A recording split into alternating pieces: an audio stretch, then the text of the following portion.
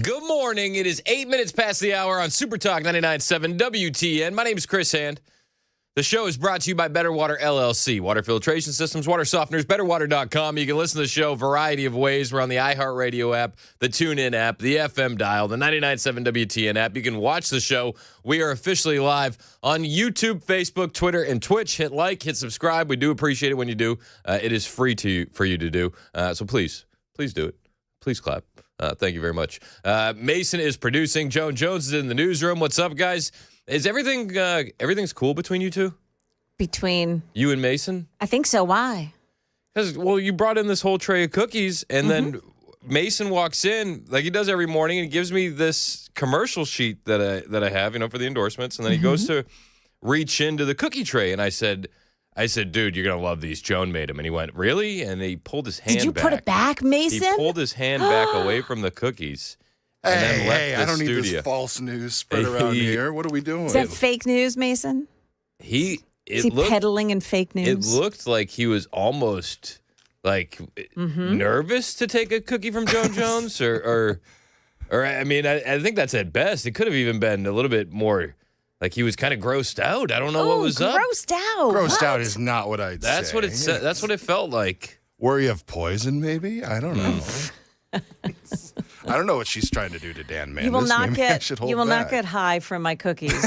Do not worry. No, and we'll know one way or another if that's true pretty soon because I've already had 4. Ooh, this could be a fun show. If in about 30 minutes it gets a little bit weird, Joan's got some explaining to do. We're diving heavy into conspiracies today. If we really start getting off about the birds, you'll know what was in those cookies from how'd Joan. you know it would take a half hour? You can taste it. Yeah. The internet. It's the internet, Joan. Oh, yeah, okay. Gotcha. Yeah. I didn't inhale. We got a lot to cover today. We had a big rally last night, Donald Trump's 100-day rally, which was very cool, happening in Michigan. And even cooler than that, he had a heated interview with ABC News, which was just fantastic. We're going to break both of those down on the show today. Plus, we'll talk a little bit about the economy. Starting with the rally, though, in Michigan last night. This is easily my favorite moment from the rally. And I don't know about you. Seeing Donald Trump back on the rally stage, it just feels good. It gives you that sense of nostalgia, like the energy that we had during the campaign, and I'm a huge fan of that energy. But my favorite moment from the rally, before we get into the actual meat and potatoes of what he said, was when a protester decided to interrupt Donald J. Trump in Michigan last night at his 100-day rally, and how Donald Trump decided to handle that protester. I think was my favorite part, easily. 20, he did so good for me, and he was in North Carolina. He did so great. What's the problem over there? What's the problem? Is that a radical left lunatic? He's just a child. All right. He's just a boy. He's just a child. I get him out. Yeah. Oh, I'm sorry. I'm sorry, ma'am. I thought it was a guy. Thank you. And she now has to go home to a mother who's a big Trump fan. Her mother's watching. I'm sorry. I'm sorry. I said he, and it's a she. I'm sorry. Just out here casually misgendering protesters. I don't know why.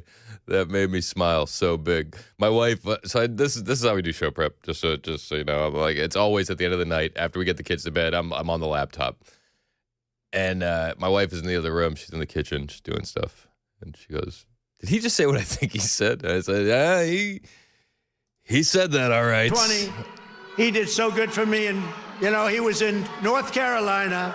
He did so great. What's the problem over there? I love that. What's the problem over there?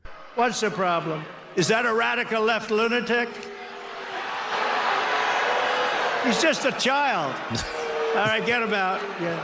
What's worse? What's worse? You try to interrupt the president and they call you a child, or they call you the other gender? Which would you prefer?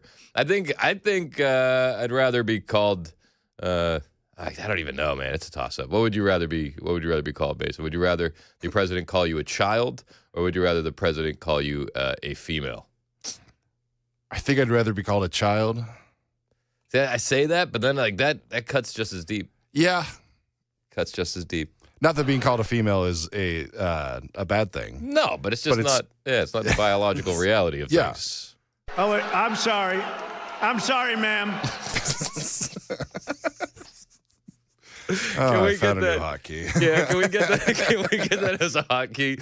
And Play it then one more time for we me, just need to please. like sit on that for whenever we have like an angry female calling in, which doesn't happen very often. I mean, most of our female audience is in the Red Pilled Moms Club, Or just anytime you play Jasmine Crockett. yeah, or you know, I'm sorry, ma'am. Yeah.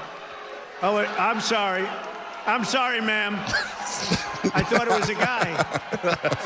Thanks. I thought it was a guy. Thank you.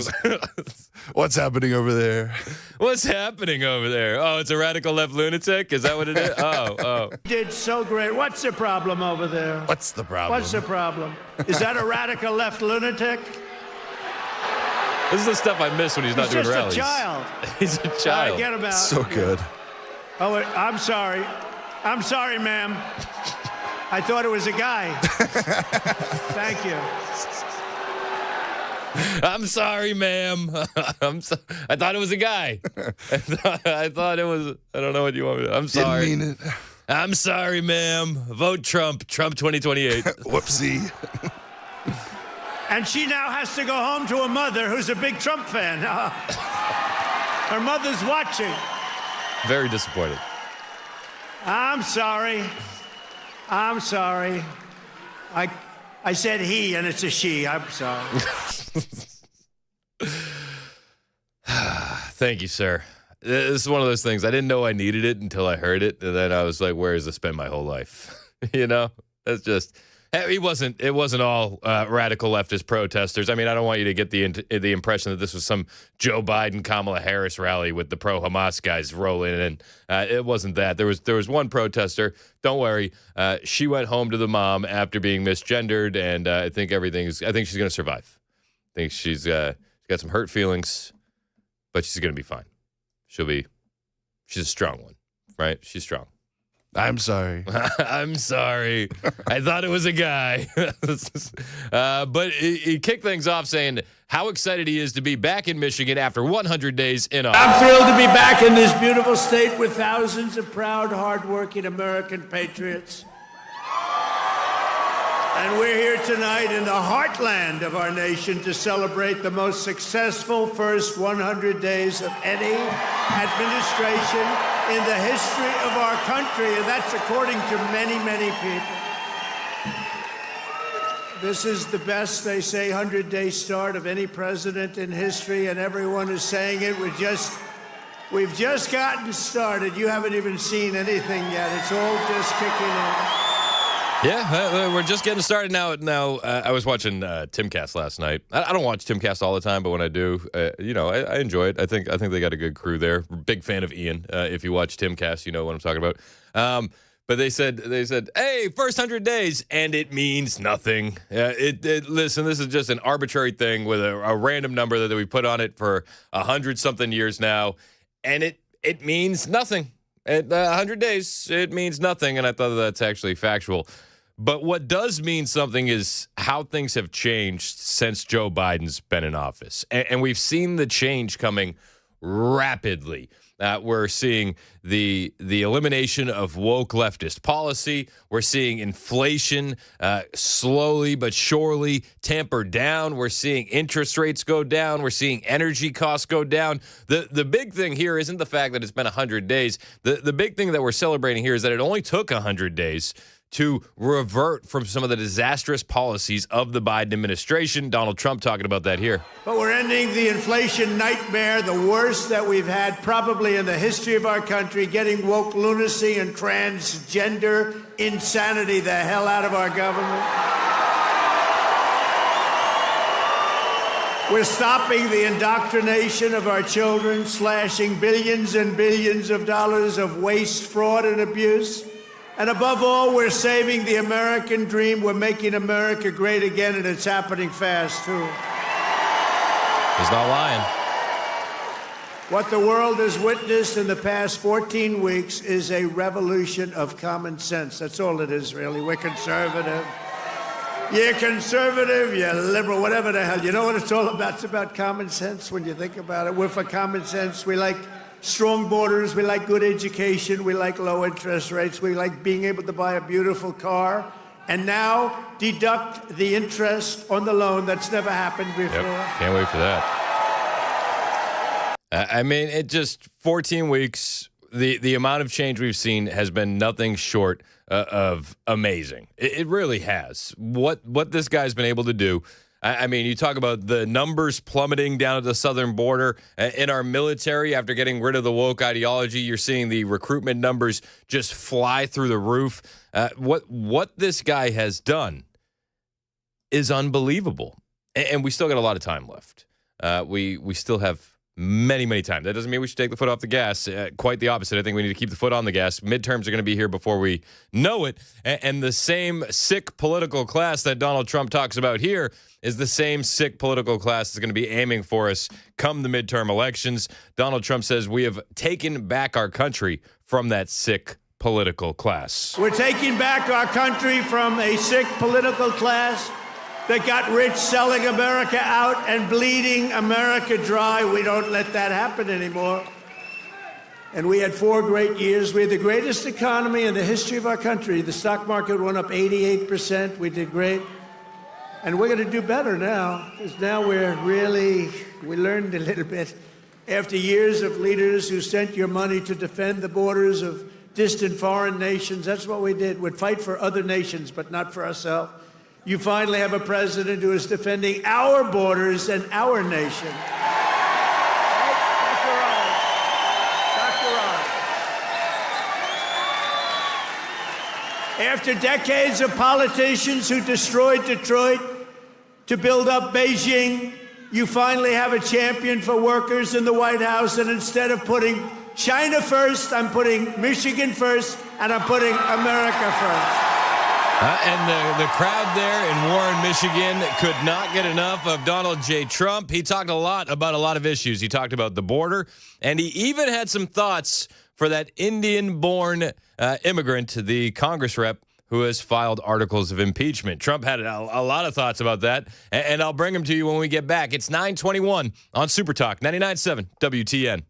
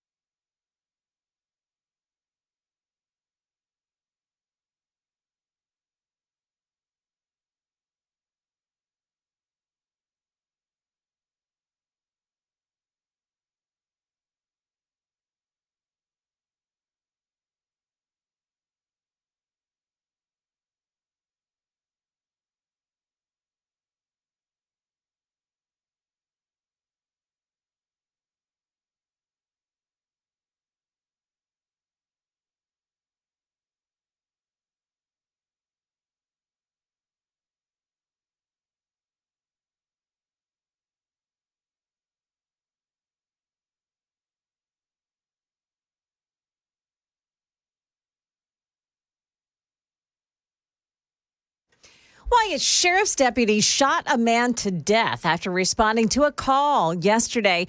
We'll also take a look at stocks after a negative report on the nation's economy. That's coming up here at 9:30 on Super Talk 99.7 WTN. That's Joan Jones in the newsroom. She's one of the best. Mason Fleming is producing. He refuses to eat any of Joan's cookies. I don't know why. I don't know what the deal is. Show's brought disaster. Throwing hate over here. Show's brought to you by Better Water LLC, water filtration systems, water softeners, betterwater.com. I'm gonna like throw that out there and then quickly gloss over it for the rest of the day. No, you can't move away from that. I will. That's not fair. I will. Hey, you remember Congressman Shri Thanedar? Not a Star Wars character, even though his name does sound like something you would hear on Disney Plus. Shri Thanedar is a Indian-born congressman who we talked about this yesterday. He introduced articles of impeachment against Donald J. Trump. This is Congressman Shri Thanedar. Donald Trump has already done real damage to our democracy, but defying a unanimous 9-0 Supreme Court ruling, that has to be the final straw. It's time we impeach Donald J. Trump. Got to impeach Trump, he says. We got to do it. You know, hey, listen, he's defying the Supreme Court. We've never seen a president defy the Supreme Court. Well, except when Biden did it. But that's different. He was a Democrat. Also, Trump isn't defying the Supreme Court. They said that you got to facilitate the return of Kilmar Abrego Garcia. And, well, he tried to, and El Salvador said no. So he's not really defying the Supreme Court, Shri. I know this is tough for you. Donald Trump talked about our friend Shri Thanedar yesterday at the rally in Michigan. He had this to say. He said, ladies and gentlemen, I am going to start the impeachment of Donald Trump. What the hell did I do? Here we go again. They want to impeach me. This lunatic, he was up. Actually, I had the television way down, and I said to our great First Lady, listen, did I just hear I was being impeached again? We're getting good at this, though. No, they've gone totally crazy. These people, and you know what? They've totally lost their confidence, too.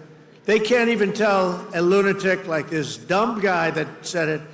And then you have the other one that's always with the cane. He's always impeaching. And he raises his cane. The one with the cane. He always impeaches. But they have no control over those people. They have no control, and the reason is they've lost their confidence. The Democrats have lost their confidence. So sad. So sad. I love it when he goes, this guy, and then the guy with the cane, always impeaching, always impeaching. Fun fact, Laura Loomer has some reporting about our friend Shri Thanedar, the Indian-born congressman out of Michigan. The rumor has it, according to some of this reporting, that, well, the reason that he's filing articles of impeachment is to do some fundraising because, well, he's almost $800,000 in debt from his campaign. Oh, weird. Wow. They say the financial hole stems from a staggering $1.2 million payment recorded on February 28, 2025. According to the FEC filing, the reason for this negative payment is investment income loss. Curiously, Shri Thanedar himself is listed as the recipient of this negative payment. Is getting Trump a game reserved for those who grift the hardest? The rumor, the discussion online is saying he's only doing this because he's in a bit of a hole and he needs to do some fundraising. And you know what's easier than fundraising off of anything else in the Democrat Party? Impeaching Trump. We'll have more from that 100-day rally that happened in Michigan. Donald Trump talked about a lot more. He went in on the border, and he definitely went in on Joe Biden. I'll bring you all the highlights when we get back. It's 9:30 on Super Talk 99.7 WTN.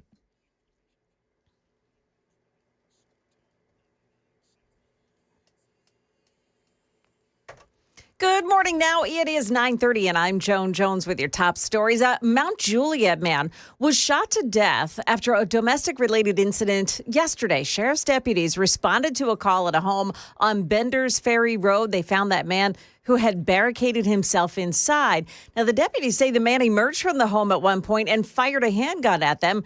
They responded, striking and killing him. TBI is investigating this incident. One of the two men found shot to death along the trail at Percy Priest Lake has now been identified. 19-year-old Amir Landon Wilkerson of Alabaster, Alabama, was identified through a wallet that was found on him. The other man's identity is still a mystery. Both men were of Hispanic descent, and Metro Police say they're working to see whether the two men had gang affiliations. A key reading on the nation's economy is rattling the stock market right now, at least in the early going. The report on gross domestic product showed a dramatic decline in the first quarter of 2025. After showing a 2.4% increase to finish 2024, GDP actually fell 0.3% to start this year, according to the Bureau of Labor Statistics' initial assessment. The bulk of the decrease came as U.S. companies boosted their imports to beat the president's promised tariffs. That's ABC's Jim Ryan. Now, stocks are bouncing back just a bit here. We've got the Dow Jones Industrials down 430. They were down 600 points at one point in the morning. The Nasdaq now down 311. The S&P 500 index trading 74 points lower. That's the latest news. We've got your weather up next. I'm Joan Jones, WTN News.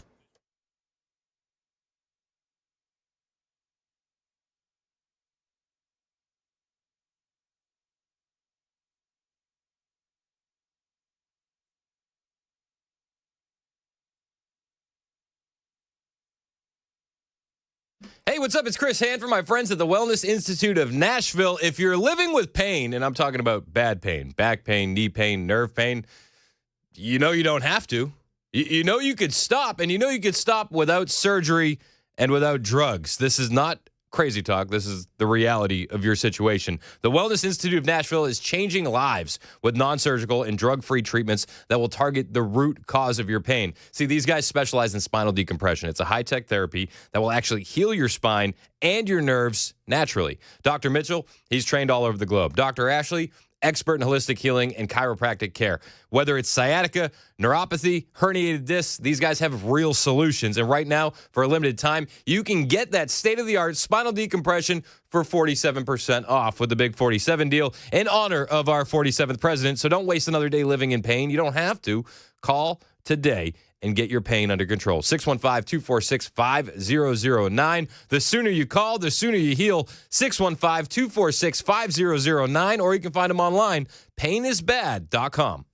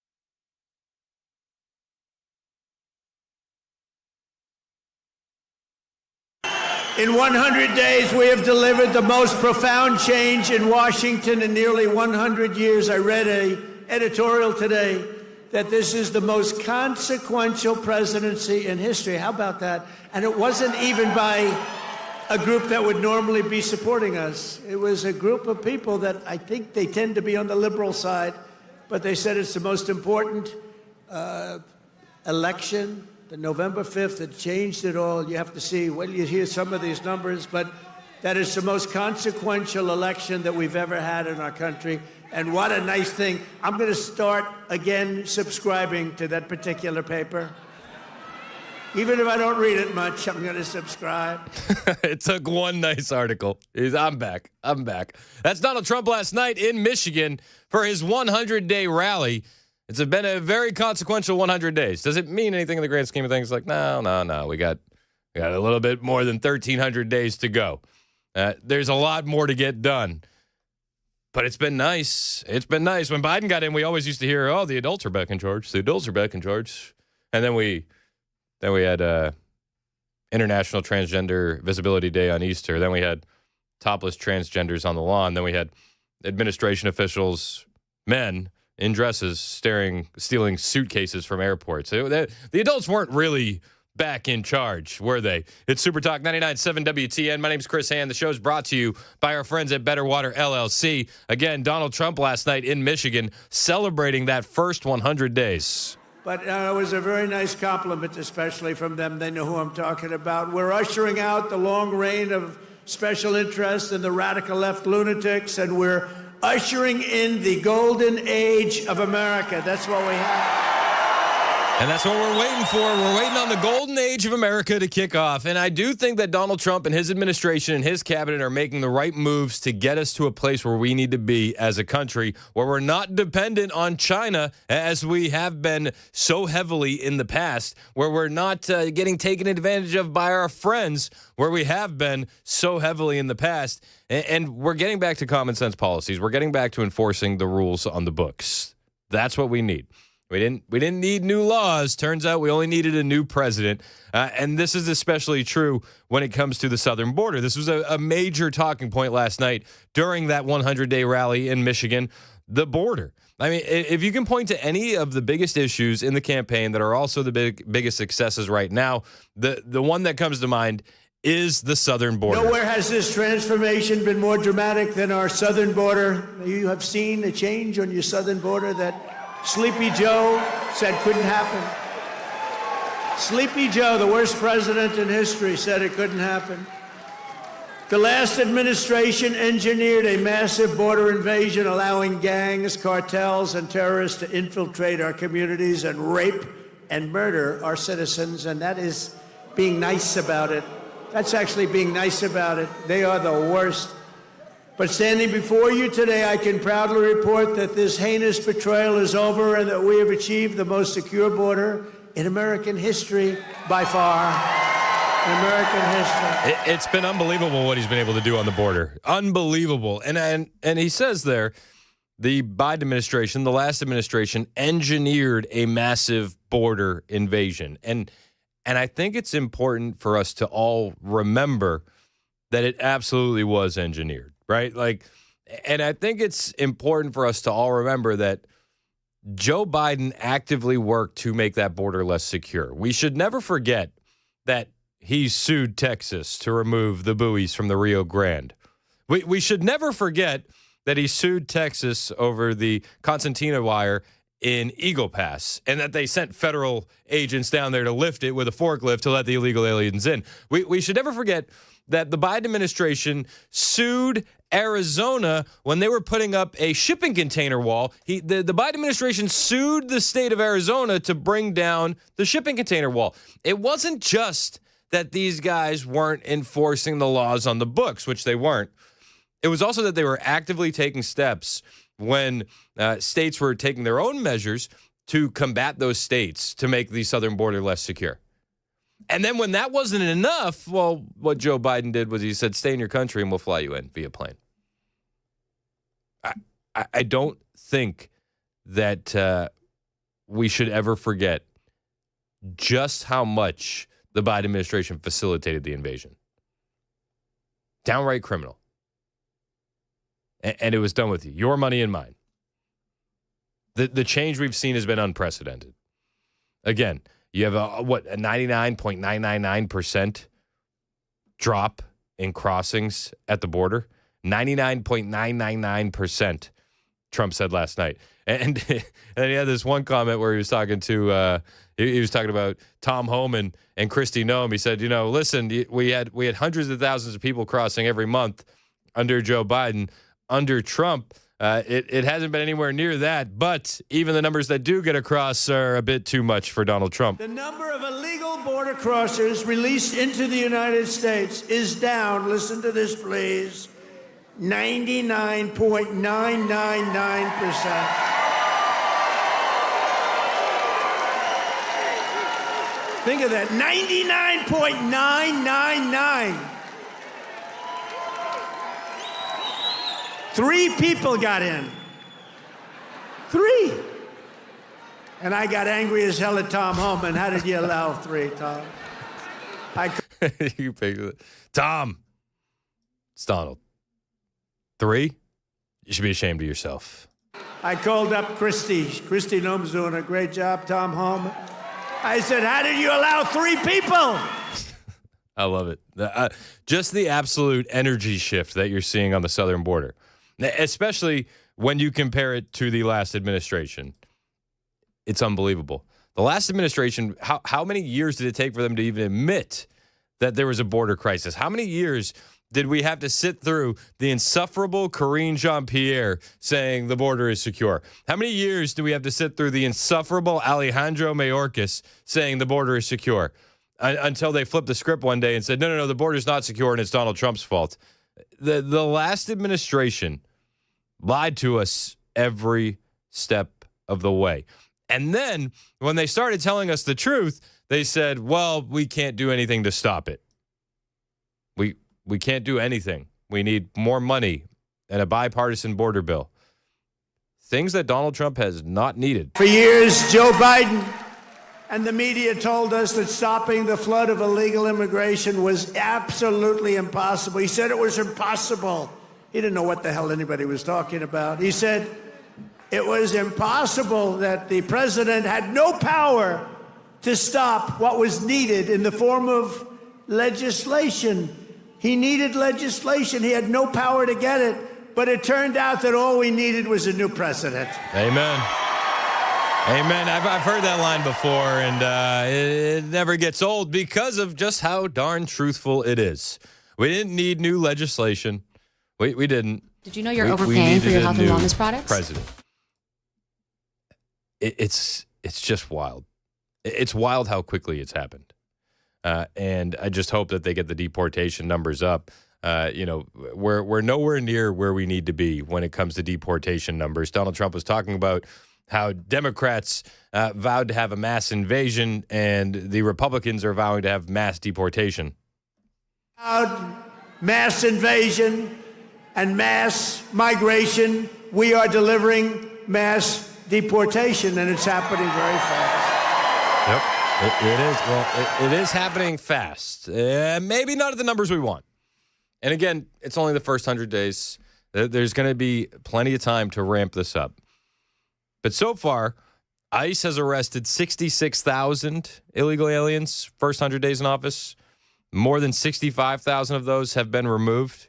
They say ICE is using every tool in its disposal to enforce the country's immigration law and protect their communities. That's according to acting ICE Director Todd Lyons. And I believe that they're doing everything they can. I do. I honestly do. But if this is everything that they can do right now, we're going to need to step up and help them so that way they can do more. I saw a thing, Michelle Obama, she's losing sleep overnight, on the overnights. She's just losing so much sleep. And you know what's keeping her up at night? It's Trump's deportation policy.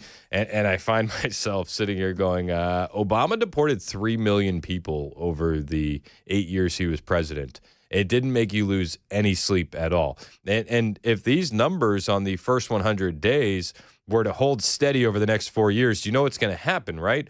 It would mean that we're nowhere near a fraction of the numbers that Obama was near. So miss me with your, I'm losing sleep overnight. I'm just so frightened. I'm losing sleep. Got a story here from the Post-Millennial. On Tuesday, U.S. Immigration Customs and Enforcement announced that the federal agency has arrested more than 66,000 illegal aliens during Trump's first 100 days in office. Among those apprehended, thousands of gang members involved with Tren de Aragua and MS-13, and individuals convicted of serious crimes such as sex offenses, murder, and more, according to an ICE press release. This comes as the immigration agency has been tasked with carrying out the Trump administration's mass deportation operations, a promise made on the campaign trail. In addition to the apprehension of nearly 67,000 illegal aliens, ICE has removed 65,682 of them from the country. 75% of the arrests were criminal illegal aliens, the agency noted, saying that the department prioritized the worst first. Criminal records of the arrested illegal aliens include convictions and or charges like this. Almost 10,000 assaults, almost 6,400 DWIs and DUIs, 1,400 weapon offenses, 1,300 sex offenses, 500 murders. Now, according to ICE, almost 2,500 of those apprehended were gang members and involved with foreign terrorist organizations such as Tren de Aragua and MS-13, as well as other gangs such as 18th Street. That's all according to ICE Director Todd M. Lyons. He said the brave men and women of ICE protect our families, friends, and neighbors by removing public safety and national security threats from our communities. During Trump's first 100 days, ICE alone has arrested over 65,000 illegal aliens. We've removed over 65,000 illegal aliens to countries across the world. We're just 100 days into this administration. Thank you to President Trump and Secretary Noem. ICE is using every tool at its disposal to enforce our country's immigration laws and protect our communities. And again, I'm not knocking ICE here. I do truly believe that they're using everything at their disposal. I believe it. That's not going to be enough. It's not. It's not going to be enough. 65,000-ish removed in 100 days. It's not going to cut it. It's just not. Like that's the brutal reality of it. Are they doing a lot of good? Absolutely. Do we need to do more? Yes. 100%. And you hear the stories of these gang members, and you don't hear them from the leftist media, and you definitely don't hear them from the Democrats. But Donald Trump was more than willing to talk about it last night at his rally in Michigan. And you hear stories like this, and it's like, this is exactly why we need to ramp up deportations. Stories like this. Just this month, 2 Venezuelan members of TDA, Tren de Aragua, were arrested in Washington state for kidnapping a 58-year-old woman, driving a power drill through her hand to extort her bank account information, shooting her, leaving her for dead, and miraculously she just survived.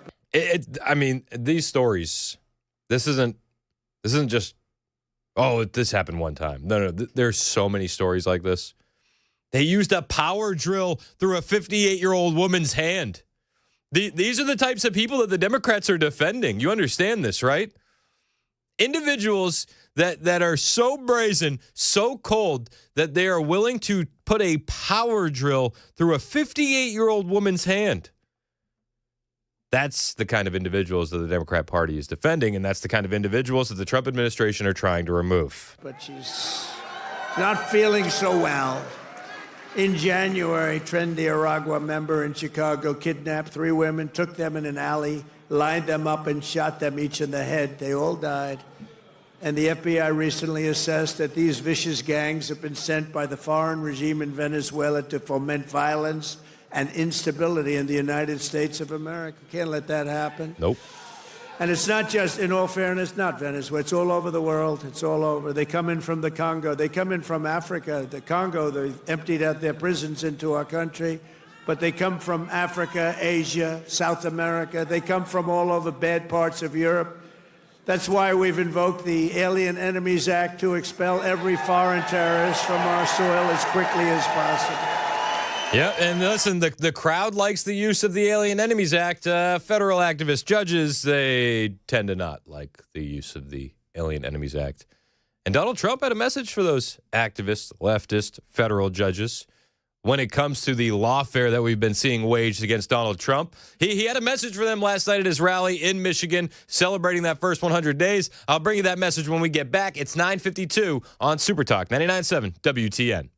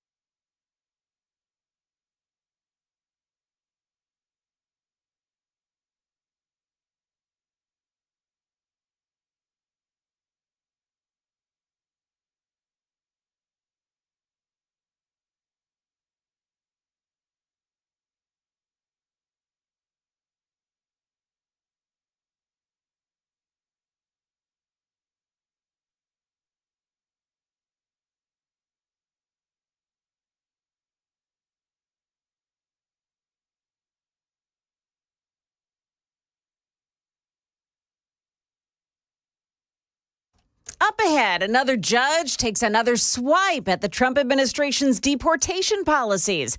And Kash Patel handing out demotions. We'll tell you which agents have been reassigned. Those stories coming up at 10 o'clock on Super Talk 99.7 WTN. Thank you, Joan Jones. 9:58 on Super Talk 99.7 WTN. Joan Jones in the newsroom. Mason Fleming is producing, still refusing any of the cookies that Joan Jones has brought in. We asked him about it during the commercial break.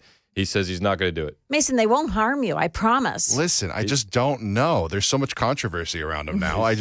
Maybe you did do something. He doesn't trust him. He said, you know what he said to me, Joan? What did he say? He said, I would take it. I would take that cookie if it was from a radical leftist activist communist judge. Figures. Okay, whoa. But not Figures. Joan Jones. Whoa. That's what he said. And I said, did you hear what Trump said about activist communist judges?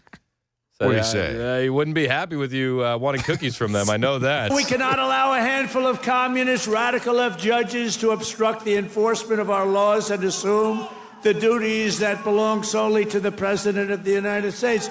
Judges are trying to take away the power given to the President to keep our country safe, and it's not a good thing. But I hope for the sake of our country that the Supreme Court is going to save this, because we have to do something. These people are just looking to destroy our country. He's right. Nothing will stop me in the mission to keep America safe again. It's very simple. Keep America safe again. No cookie talk. No cookie talk, No. but it's implied. It's implied. The Wisconsin Supreme Court has temporarily suspended Judge Hannah Dugan after that FBI arrest, which is wild. That's wild. They say we conclude on our own motion that it is the public interest that she be temporarily relieved of her official duty. Now, I would assume this means she's still going to get paid. Probably. The Wisconsin, would think, yeah. The Wisconsin Supreme Court temporarily suspending Judge Hannah Dugan after she was arrested last week for facilitating the escape of an illegal alien from her courtroom. That man was facing an April 18th pretrial hearing in her courtroom on domestic violence charges. So the contrast couldn't be more clear. You have one guy fighting for the American people, and then you have one class of people fighting for the illegal alien gang members. Yep. Trump last night at his 100-day rally turned his attention to the economy, and he had a lot to say about the economy and essentially a lot to say about pulling the American economy out from the pit that it was left in by the Biden administration. We'll bring you those highlights when we get back. It's 10 o'clock on Super Talk 99.7 WTN.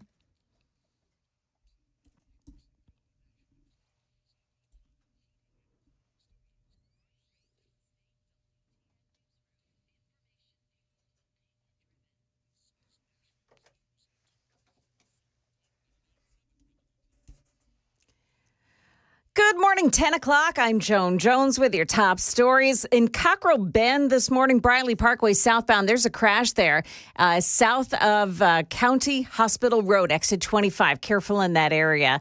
Just into the newsroom, a judge has ordered Columbia University student Moshin Madawi to be released from federal immigration custody while his case makes its way through the courts. Now, that 34-year-old student was poised to be deported from the U.S. for organizing anti-Semitic protest on Columbia's campus. The government argued against his release, saying that Madawi has admitted to being involved in anti-Semitic acts of violence. Stocks are trading lower now after a report that showed the U.S. economy contracted in the first quarter. However, economists like the Heritage Foundation's E.J. Antoni say American businesses bought up a lot of goods from overseas before the tariffs hit. But next quarter, because people essentially all of the stuff they would have purchased in the second quarter, they brought forward and purchased in the first quarter when it comes to imports. That means that now we're not going to see virtually any imports in the second quarter, which will show up as a huge jump in GDP. Antoni on the Dan Mandis show earlier this morning. Now, stocks are still lower, but not as bad as they were earlier. Dow Jones Industrials down 352. NASDAQ falling 283, and the S&P is down 66 points. New this morning, the driver of a school bus that tipped over and landed in a creek in Sumner County on Monday has now been charged with failing to exercise due care. Officials are not releasing that driver's name. She was injured in the crash, along with 5 of the 19 students on board. A Mount Juliet man shot to death after a domestic-related incident yesterday. Sheriff's deputies responding to a call at a home on Bender's Ferry Road. They found a man who had barricaded himself inside. The deputies say the man emerged from the home at one point and fired a handgun at them. They responded, striking and killing that man. TBI is investigating. One of the 2 men found shot to death along the trail at Percy Priest Lake has now been identified. 19-year-old Amir Lansden Wilkerson of Alabaster, Alabama, was identified through a wallet that was found on him. The other man's identity is still a mystery. Both are of Hispanic descent, and Metro Police say they're working to see if the 2 men had gang affiliations. And the FBI has reportedly reassigned several agents who were photographed kneeling with demonstrators during a George Floyd protest in 2020. This is according to a CNN report. It says that the reassignments are being viewed as demotions.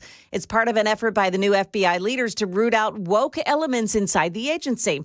The conduct of another 1,500 agents is reportedly under review, too, and that would include the ones who raided President Trump's Mar-a-Lago home and those who worked on January 6th related cases. That's the latest news. We've got your weather up next. I'm Joan Jones, WTN News.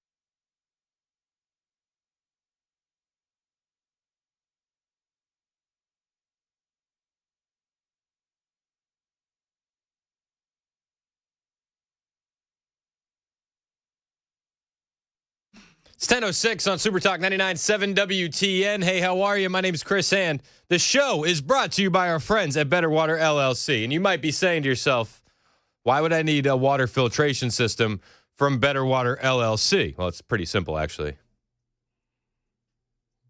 Well, is it pretty simple, Mason? I don't like them putting chemicals in the water that turn the friggin' frogs gay. BetterWater.com. It's all right. I think the pause actually made it better. I do. Don't worry about it. Listen, hey, I'm talking to you guys. I'm talking to the listeners on the phone, getting all you guys on the air if you want to. Hey, you were chatty Cathy over there during the break. We had a good caller, Mark. Yeah. You're beginning to do. It's like this happened when Mac was producing the show. You've don't reached bring up that that status, but you've reached the status of the audience wants to call and talk to you and not me. It's like, oh, all right. Well, you got Like, jokes hey, for me. does that caller want to get on the air? And you're like, no, we were just you're just cutting it up. discussing life. Oh, all right, perfect. Just working through some things. All right, so last night we had the big 100-day rally in Michigan. If you want to call Mason to talk about it, I'm sure he's open to it. But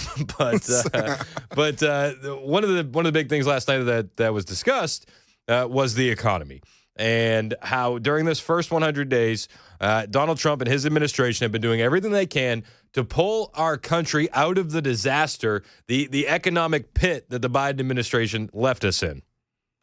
100 days have also produced historic results in the battle to defeat Biden's inflation disaster and bring jobs and wealth back to America and bring them back to Michigan, okay? We want to bring them back.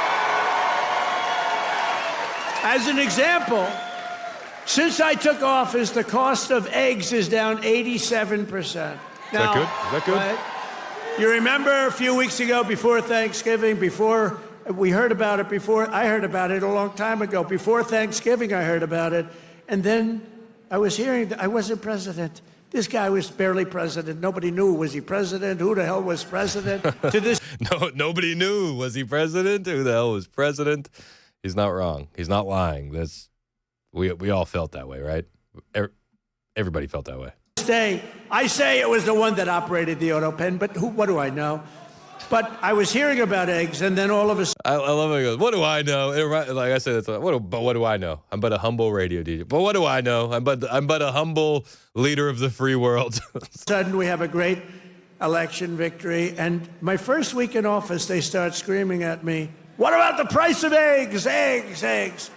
I said, I've only been here for 6 days. I was there 6 days. I said, what's wrong with eggs? They said, the price of eggs has gone through the roof and you won't be able to have them for Easter. So I put our very capable Brooke Rollins, who's our wonderful Commissioner of Agriculture that you know in Michigan. I said, Brooke, I've only been here 6 days before I heard, maybe even less, maybe 5, maybe 4. But it was my first week.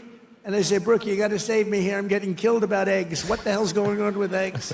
You got to save me well, here. You can't get them. The price is through the roof, and it looks like we're going to have a real problem for Easter. You're not going to have eggs. I said, Brooke, that doesn't sound politically viable to me. That doesn't sound good. Because nobody's going to believe me when you get out there that it's Sleepy Joe Biden's fault. So, Brooke, you got to get going, Brooke, please.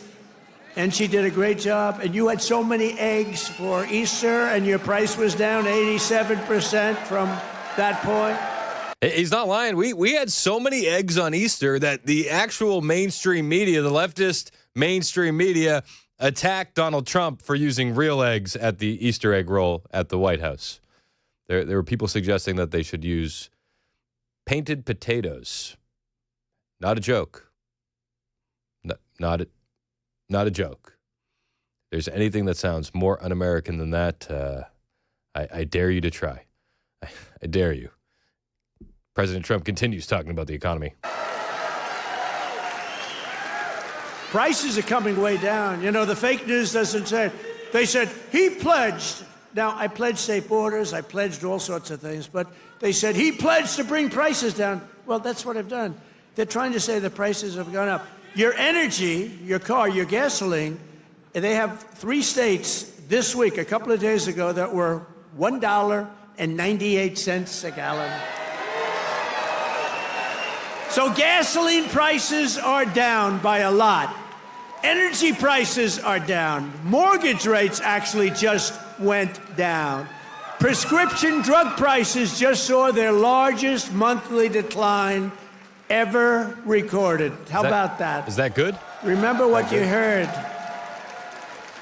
Prescription drug prices just took the biggest plunge ever since they've recorded the prices, which have basically gone up, except for my 4 years. They did pretty well. But we got to know that system. The system is a bad system. But President Trump is touting his economic successes. And it's hard to argue with his successes. Now, today we got the GDP numbers, and they look bland. The U.S. economy shrank in the first quarter, despite underlying strength in consumer spending and business investment. Now, the Trump administration is maintaining the fact that a lot of people went out and imported stuff in the first quarter, thinking that they might not be able to get it in the second quarter. And so what could have been a 5% GDP essentially was made flat by all of the imports. Now, I'm not an economist, and I'm not going to pretend to be the biggest expert, but Council of Economic Advisors Chairman Steve Moran had this to say about the declining GDP in quarter one. This was moments ago this morning. What you saw is a declining GDP number this morning. That's a result of the bad economic policies we inherited from President Biden. Inflation was very strong in the first quarter, very strong in January, and that drove real spending data down. The economy did accelerate after the president took office, and I also want to point out that capital investment surged. Firm investment activity surged in the first quarter as firms started to look forward to better economic outcomes under President Trump. That's not the type of thing that you see in a sustained economic downturn at all. That's the type of thing you see when firms are optimistic about the future, when they know they want to make more in the United States, when they know they want to bring production back to the United States from abroad. And that's exactly what the president said would happen, and that's indicative of optimism in the future of the economy. So a couple things there. He says, listen, the inflation was way down. And he's right. Inflation fell to zero in March. Zero in March. The Federal Reserve's preferred inflation gauge, the personal consumption expenditures, the PCE price index, was flat in March, according to data released today by the Bureau of Economic Analysis. Core PCA, which strips out food and energy, was also unchanged, marking the tamest monthly inflation reading since early 2020. That's a good thing. That's a good thing. A lot of people are very upset about the 401ks right now. I'd say calm down. They go up, they go down. But you didn't hear this kind of upset nature about your 401k when Biden was essentially robbing your 401k with the rampant inflation. Nobody said anything. The media didn't have the same energy. The other thing that the Council of Economic Advisors Chairman Steve Moran said here is one of the things that you don't see during economic downturn is the amount of private investment that the Trump administration has been seeing, and we're going to see more of it. Ford announcing this morning on CNN, Ford CEO Jim Farley, that they're actually investing more in America. They're building a new plant in Ohio and a new plant in Tennessee. Oh, that's good. We're building a new plant in Ohio and Tennessee. We're number 2 to Tesla and electric. We're number 3 to hybrid to both the Japanese competitors. We're investing across these different kinds of powertrains. We're kind of the only one who offers all of it. You can get electric F-150, a hybrid F-150, a V8 F-150, EcoBoost F-150, and we don't really care. We just want people to have the choice. So we're building 2 brand new factories in the U.S., and we're the most American already. As far as parts are concerned, that's a good question. Now, we have a lot more work to do can we even do this, that 15 or 20%? And that's what we have to work through. Look, we're expecting our competitors to do what Ford's already done, which is to localize more production like this plant here in Kentucky. Ford CEO, we're building 2 more factories, Ohio and Tennessee. And if you heard it right there at the end, we're doing already what we expect our competitors to do, invest more in the United States. This is exactly what Trump wanted. This is what Trump is going to get. CEO of Ford, Jim Farley, went on to say, listen, we believe in the future of America, and we believe in what President Trump is doing. We have worked with his team like every day for the last couple months. And so a very high level of engagement. Look, the administration knows Ford's a bit different. And we've also been working with Mary and Stellantis, too, as a group, because we recognize how important this moment is to get this all right and kind of figure it out together. And I have to say that the engagement has been very high. Bill Ford's talked to the president a couple times. I know that's, typical. But look, we're all trying to figure this out to do the right thing for the country. And it's going to take a little time. But we never left the U.S. I guess that's my point.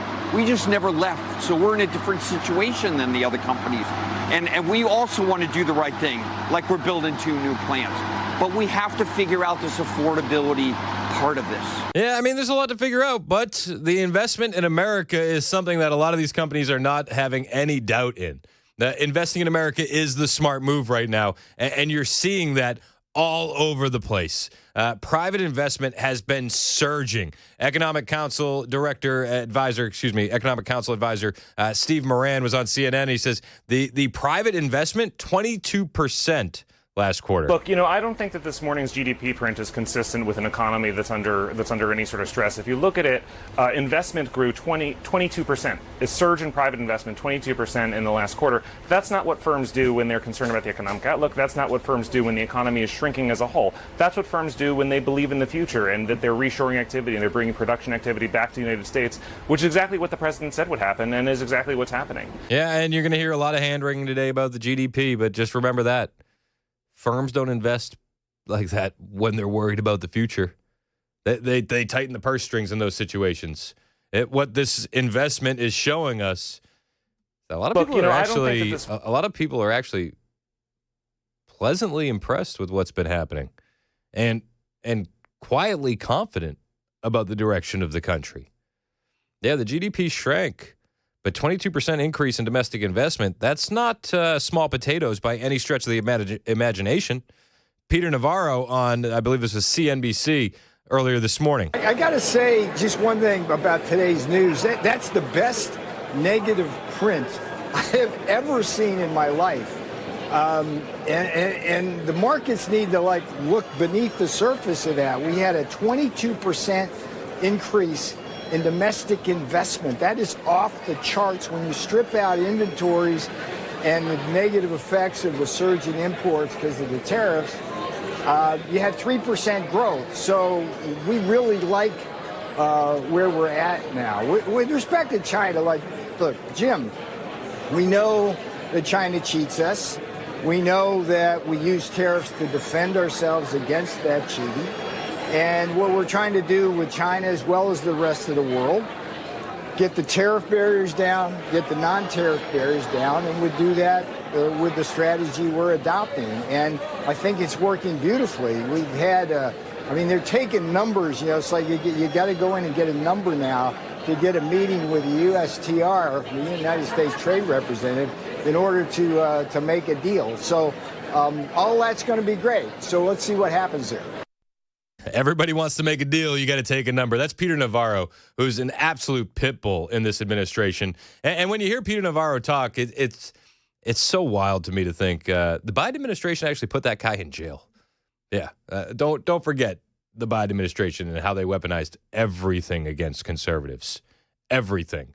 This guy wants to make the economic life for Americans better. The Biden administration wanted to put him in jail. Nice. So all that's on the economy. President Trump last night saying, listen, we're not even at full strength yet. Just wait. We're going to unleash the power of American coal. We're going to unleash the power of American energy, and that's going to ripple through the economy faster than anything else. We've ended the radical left war on American energy. We've stopped their crusade on coal. Did you see what I did the other day? Clean, beautiful coal.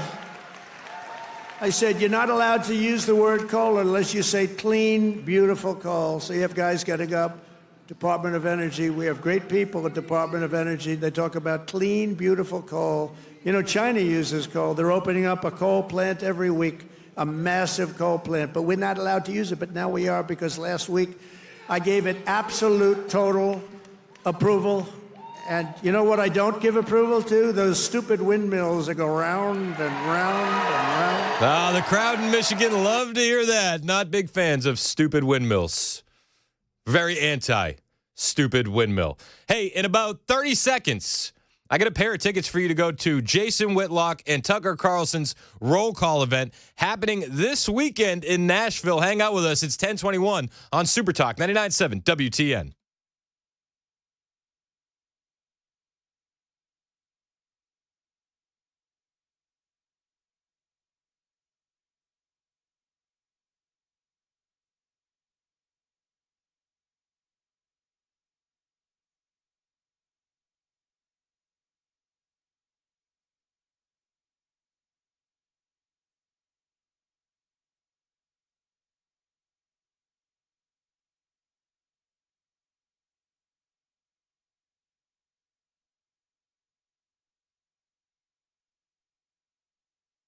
It's 1022 on Super Talk 99.7 WTN. I'm Chris Hand, Men of Courage. It is time to draw the line. Join Jason Whitlock and Tucker Carlson in Nashville May 2nd and 3rd for Roll Call 3.0. It's going to be the ultimate gathering for bold, faith-driven men to stand firm in today's culture war. So here's the rundown, okay?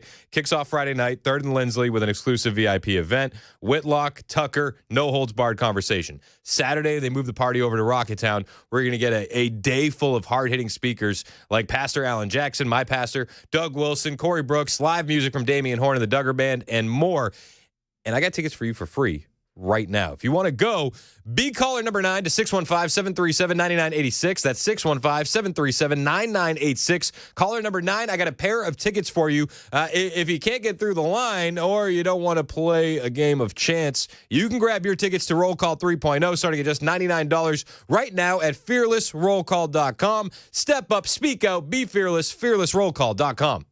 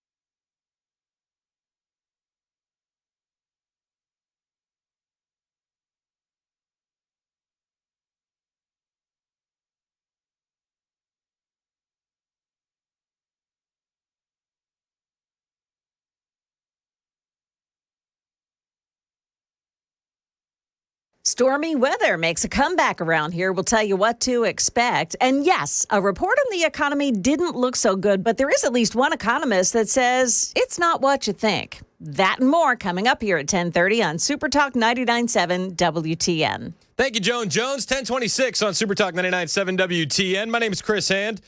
Hey, Adam, you're going to Roll Call 3.0. Jason Whitlock, Tucker Carlson. You big hype, man? Let's go. I'm so excited. Man, it's going to be awesome. Have you ever seen Whitlock or Tucker live? I have not. This was actually going to be my first time. Man, you're going to have a blast. So the Whitlock Tucker stuff happens Friday night at 3rd and Lindsley, and then you'll also have tickets to the Saturday event at Rocketown, which is going to be just as awesome. But, man, congratulations and have the best time, all right? All right. I appreciate you guys. Thank you so much. Hey, man, appreciate you. Put you on hold. Mason's going to get some info from you. Congratulations to Adam. If you want to go to Jason Whitlock's Roll Call 3.0 with Tucker Carlson, you can get tickets online right now at fearlessrollcall.com. Use promo code 997 for 50% off. That's Fearless Roll Call, promo code 997. We were talking about the economy moments ago and about the investments that we're seeing. You know, the GDP is flat, but so is inflation. And listen, the private investment coming into this country surged 22% in quarter one. We had more private investment in this country in quarter one than Joe Biden had in 4 years. 4 years. 4 years. And if you remember, there's many individuals who said that they were waiting for Donald Trump to get in office to invest in America. And Donald Trump talked about that investment pouring into the country last night in Michigan. Thanks for all of the things that we've done and to our policies. Trillions of dollars are now pouring into the United States because of common sense, just common sense. Apple, great company, was building everything in China. Now they just announced that they're spending $500 billion to invest in America, not in China. My friend Jensen from NVIDIA, they're spending, you know what NVIDIA is? They're spending $500 billion. TSMC, the biggest chip maker in the world by far from Taiwan, they're spending $200 billion in the United States. Amazon, $21 billion. Johnson & Johnson, $55 billion. The Mac, $20 billion. Merck, Stellantis, General Motors are putting in billions and billions of dollars, and many other companies. I mean, this is what we're seeing under Donald J. Trump. Record investment in this country. Record investment. We haven't even seen the ripple effect from this yet. You know, these jobs are going to be coming. Those are going to be on jobs reports in the coming months. In the coming years, you're going to see this economy booming. I feel like we're coming to a point where we're about to turn this corner into economic prosperity like you couldn't believe.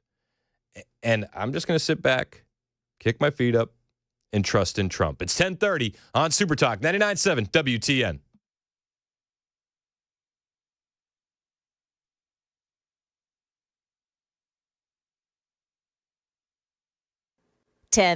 I'm Joan Jones with your top stories. Stocks took a tumble right from the opening bell after a report on gross domestic product showed the U.S. economy slowing down.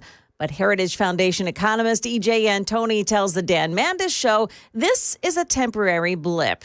We actually take consumer spending, investment, government purchases, and exports, add those all together, but then we subtract imports. Well, guess what? Imports exploded in the first quarter because people were trying to get product into the U.S. before any of the tariffs hit. And next quarter, he says, GDP will pop. Weather is big news once again this week. We do have a chance of thunderstorms again today, slight chance, and then strong storms tomorrow, but it does not appear that these storms will cause any alarm. No, there's no tornado threat for us. I mean, there is going to be the threat of some damaging wind gusts and even some hail with any thunderstorm, but I still think that the overall severe threat is going to be hit or miss as we go through our day tomorrow. Channel 4 Stefano DiPietro there. He'll be back right after the news with more details on what to expect tomorrow.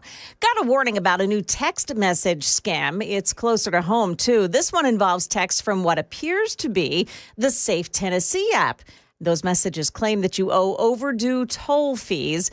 The messages threaten to revoke driving privileges if you don't pay up. Well, don't fall for it. Officials say that they would never send out a text message regarding tolls, payments, or license suspensions.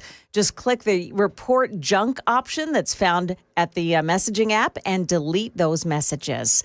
That is the latest news. Weather is up next. I'm Joan Jones, WTN News.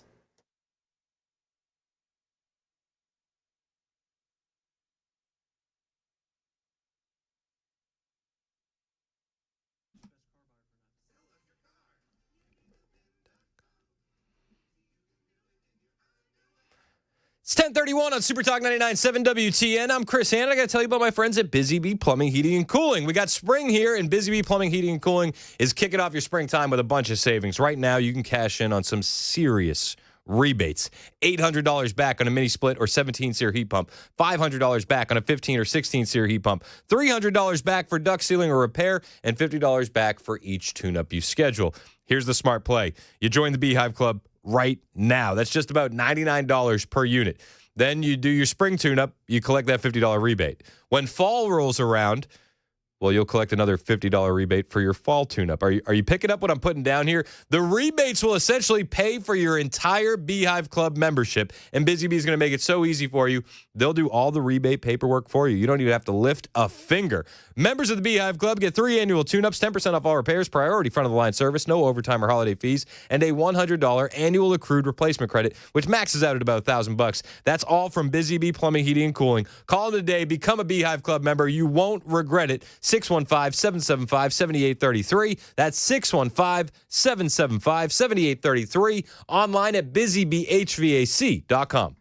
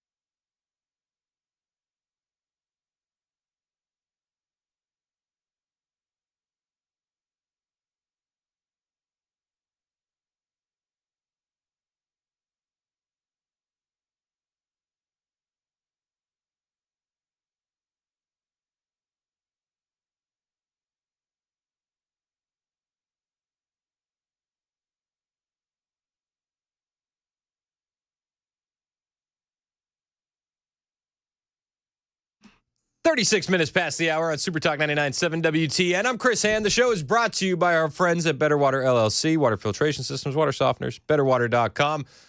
Thank you for listening to the show, however you may be listening, on the iHeartRadio app, the TuneIn app, the FM dial, or if you're watching the show, Super Talk TV, man, we're live. We got a few hundred people on X watching. We got a few hundred people on YouTube watching. Hit like, hit subscribe, hit share.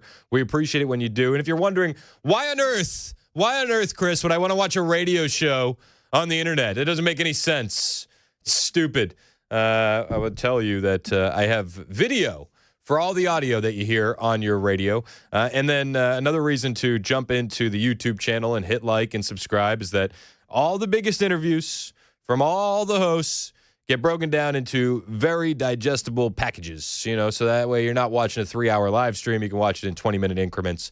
We do that for all of our interviews as well. So the YouTube page is a great landing spot. The biggest interviews across the entire radio station are going to be there. The biggest shows, the biggest moments, they live there eternally. Hit like, hit subscribe. We appreciate it when you do so. Did I do a good job at explaining that? I think you covered it pretty well. I feel like I did the best job. I think you deserve a cookie. I feel like I crushed it. Dude, so Joan Jones brought in like a tray of cookies. Yeah. Hold on. This is for the YouTube stream. Ready? Look at this tray. She filled a tray with cookies. Can you see that on the stream? Yeah. Poison. So I've eaten 4 of them. Hey. I'm not like a breakfast guy, but if Joan Jones brings in cookies, I'm in. You big sweets guy?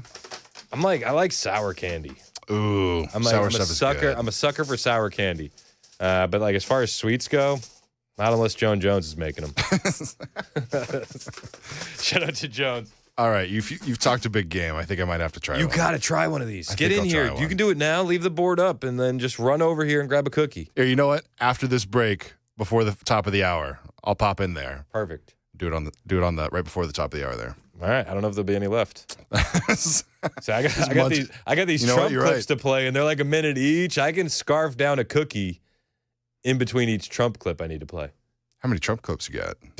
How many Trump clips do I have? You're right. What kind of question is it? What am I talking about? I dabble in the currency of Trump clips. True. This is what I do. I don't know why I assumed any less.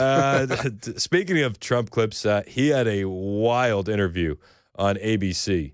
So he had 2 things going on yesterday. And I don't know, maybe this is too much inside baseball. But I'm like, Trump had a rally and a heated ABC interview. Show prep's done. Show prep is a wrap. That's easy. That's light work. But the ABC interview was something, man. He sat down with one of the knuckleheads over there at ABC. I think his name's Tom Moran, something like that. I think that's his name. Double check his name. Can you double check his name for me? I mean, I'll try. I don't know if it'll give me a pronunciation here. No cookie if you don't do it. Dang it. So hold on. I'm working. He sat down with ABC News, and the reporter over at ABC said, "What's the most significant thing you've done in your first 100 days?" What's the one thing, just one thing, that you think is the most significant thing you've done so far in these 100 days? Well, I think maybe the border is the most significant because our country was really going bad. They were allowing people to come in from prisons, as you know, and you've heard me say it, but you've heard a lot of people say it. Prisons, mental institutions, gang members, murderers. We had many murderers, 11,888, they think. Some murdered more than one person. So you had murderers coming in, you had everybody coming in, and not just South America, from all over the world. They were emptying their prisons into our country. And now it's totally closed down. And you've seen just yesterday, they announced 99.9%. Nobody thought that could happen. And it happened quickly, very quickly. And I think that's very significant. But we're doing other things that are very significant. Results will take a little bit longer because it's one of those, it's complicated. It's many years of trading abuse. We've been abused by other countries for years and years. They laughed at us. They thought we were stupid people. And we're fixing it, and I think that's going to be very, very important. But I have a lot of ground to cover. Yeah, I would really say that the border is so important. And you can already hear the impatient ABC reporter saying, "We have a lot of ground to cover." It's like, bro, you're with the president. Chill.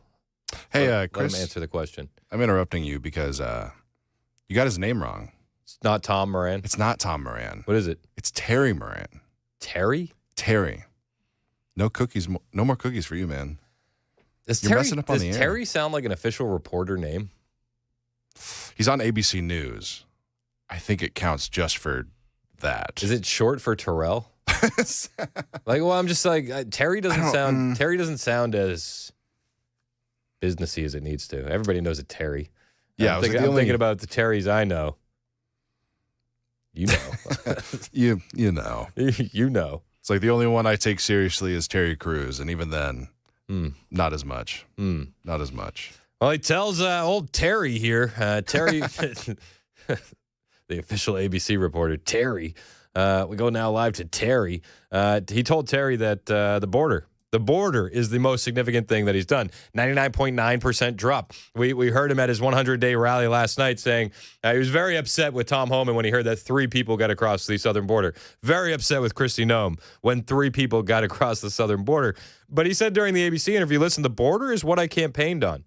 The border is what I campaigned on, and also how other countries have been taking advantage of the United States. These were two huge issues that were features of the campaign. And this is what I campaigned on. I said that we've been abused by other countries at levels that nobody's ever seen before.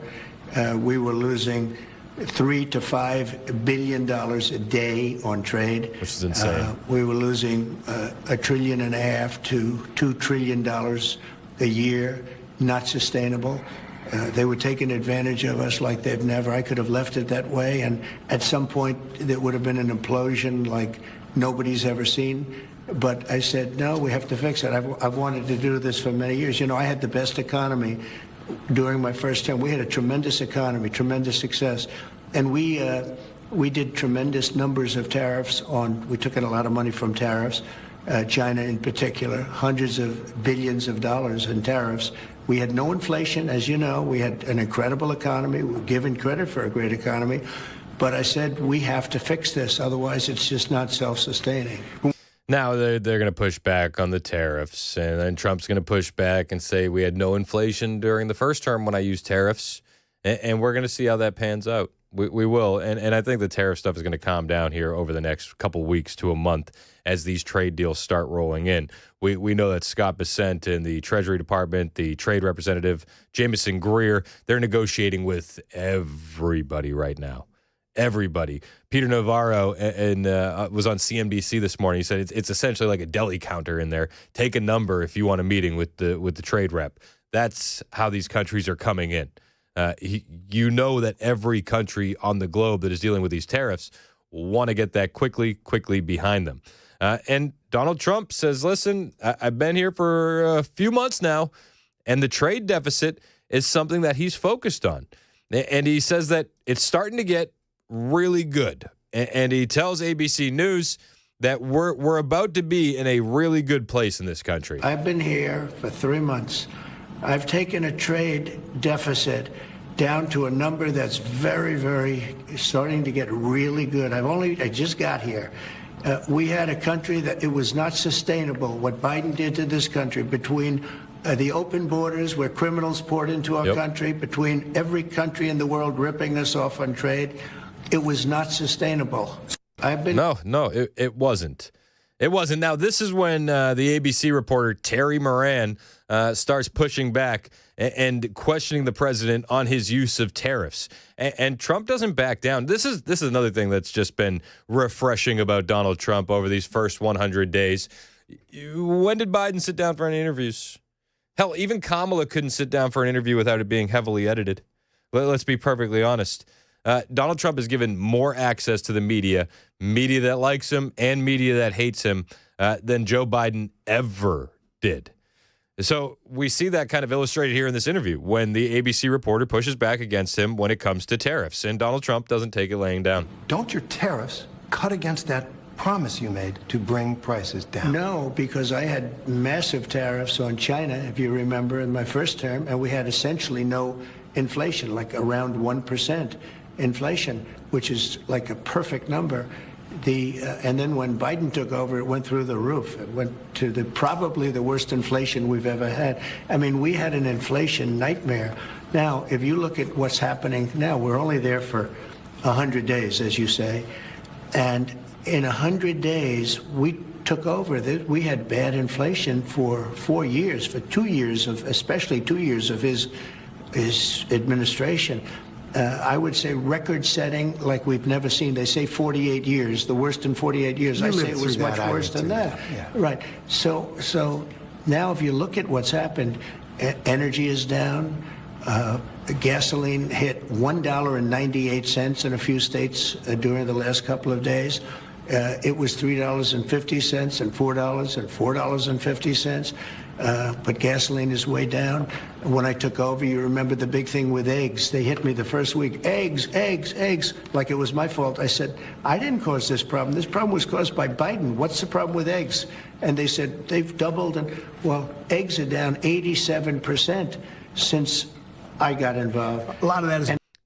Trump could just list off his accomplishments nonstop. He's going to be interrupted by this ABC reporter because it's a bit too much truth for the ABC News audience, and I understand that. But when he's talking about inflation, he's absolutely right. Inflation falls to 0. That's the latest numbers that we have. And those numbers are from today. Inflation fell to 0 in March. 0. The inflation we had under Biden was unsustainable. I mean, again, I mentioned this earlier, and I think it bears repeating once more. Everybody that's worried about their 401ks today when it comes to tariffs and the stock market, where was that energy when the Biden inflation disaster was ripping through your 401k? Yeah, hey, the stock market was going up. I don't think it was beating inflation. I don't think it was. It was silently eating away during Biden. Now, we're going to see that stock market rebound, and I truly believe that. But I wish that the media and these leftists would at least carry over some of that same energy that they had during the Biden administration, or would have brought some of this energy to the Biden administration, but they didn't.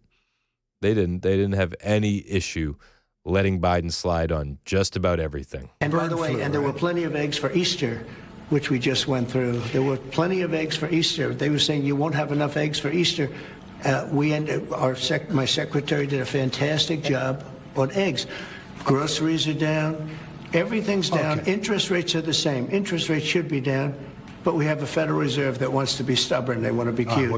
I love that. And never miss an opportunity to throw a jab Jerome Powell's way. That's Trump's motto.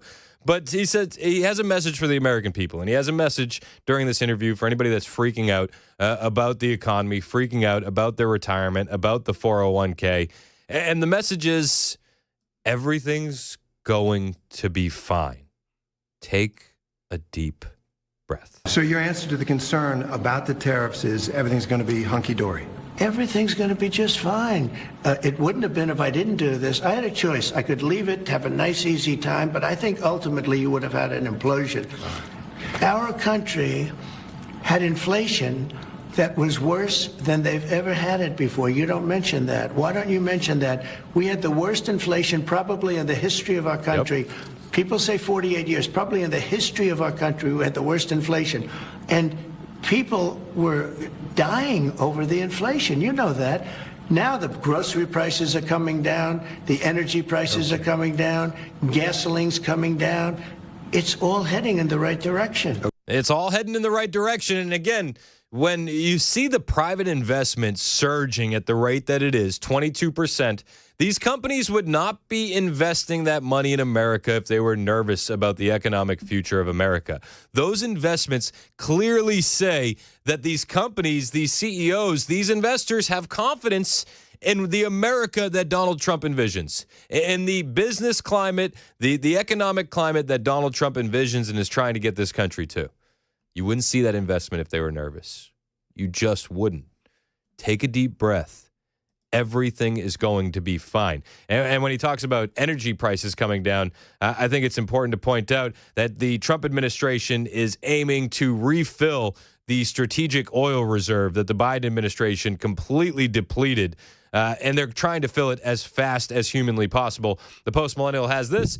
Energy Secretary Chris Wright revealed on Tuesday that the Trump administration is working to refill America's strategic petroleum reserve after the Biden administration made a historic drawdown from the reserves to combat rising gas prices. And you remember why they did that. They did that for votes. They did that during midterms and during the election. The Trump administration say we are refilling the reserve now, and we will continue to refill the reserve the whole time I'm in office. That was Energy Secretary Chris Wright. You know, that was just such an irresponsible action to drain that reserve so quickly for electoral reasons. And the fact that it was drained so fast, it did some damage in the facilities, which is insane. They drained our strategic petroleum reserve so fast that they damaged the facilities. Let that sink in. This is Energy Secretary Chris Wright on the strategic petroleum reserves. Is the price right enough, pun intended, I suppose, Mr. Secretary, to refill the strategic petroleum reserve right now? Oh, absolutely. We are refilling the reserve now, and we will continue to refill the reserve the whole time I'm in office. That was just such an irresponsible action to drain that reserve so quickly for electoral reasons. And in fact, it was drained so fast, it did some damaging to the facilities. And so right now, we only can fill 2 of the 4 major salt caverns we have. So we're doing repair work on the other 2. We're slowly filling the other 2. And I'm trying to get some funds through Congress that'll give us a longer-term runway to fill the Strategic Petroleum Reserve at the fastest rate we can. Cleaning up the mess from the Biden administration seems like a never-ending task, does it not? Rest assured, the Trump administration isn't resting until that mess is entirely cleaned up. It's 10:52 on Super Talk 99.7 WTN.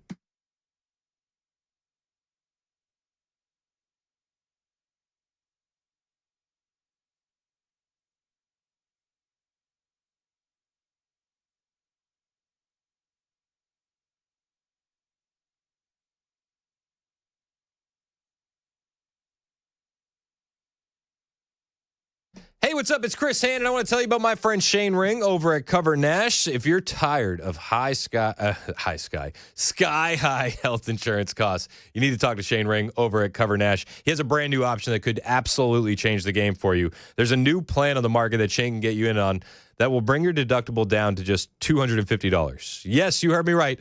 Not $5,000, not $8,000.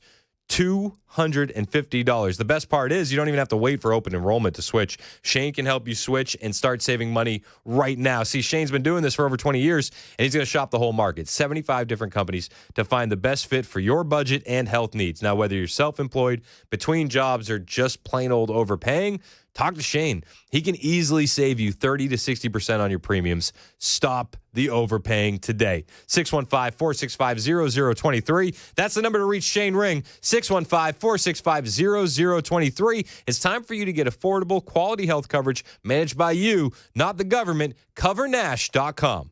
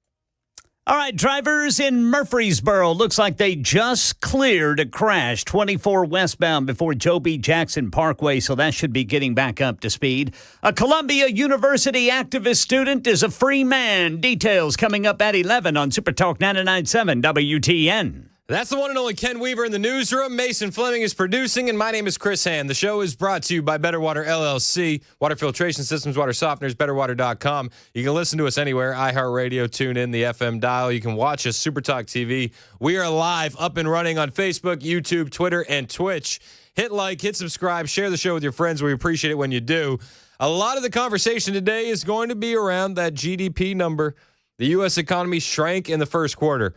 Despite underlying strength in consumer spending and business investment, gross domestic product contracted at an annualized rate of 0.3%, the Department of Commerce said today, as businesses rush to bring in goods ahead of anticipated tariff hikes. That's what they're saying.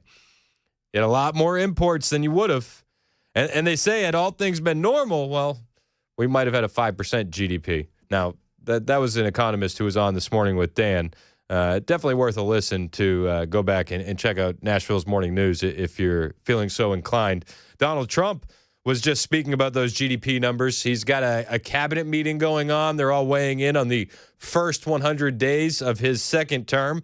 And he was talking about those GDP numbers. Core GDP, and this is, you probably saw some numbers today. And I have to start off by saying that's Biden. That's not Trump, because we came in on January. This is quarterly numbers. And we came in, and I was very against everything that Biden was doing in terms of the economy, destroying our country.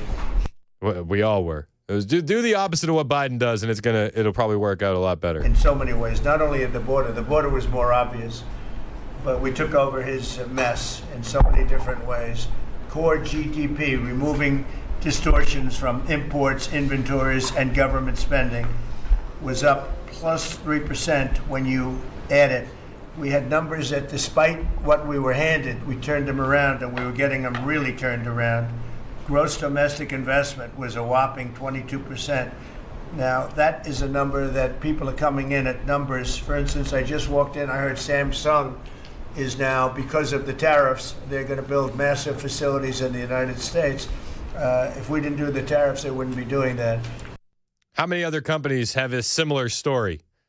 Quite a few. That private investment surging to 22%. So it takes a little while to get those facilities built, but they're coming in with big numbers. They're all coming in with big numbers.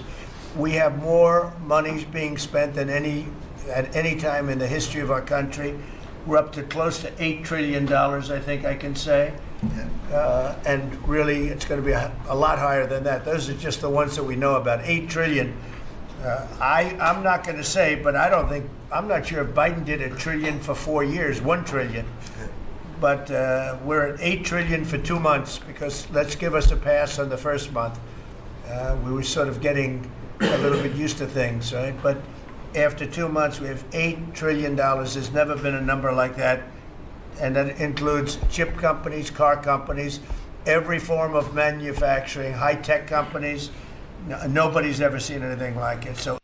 And these companies wouldn't invest if they were feeling a bit nervous, shaky, or cautious about the state of the U.S. economy. These companies are investing because they trust in Trump and his plan. Take a deep breath. I think it's all going to work out. It's 11:01, Super Talk, 99.7 WTN.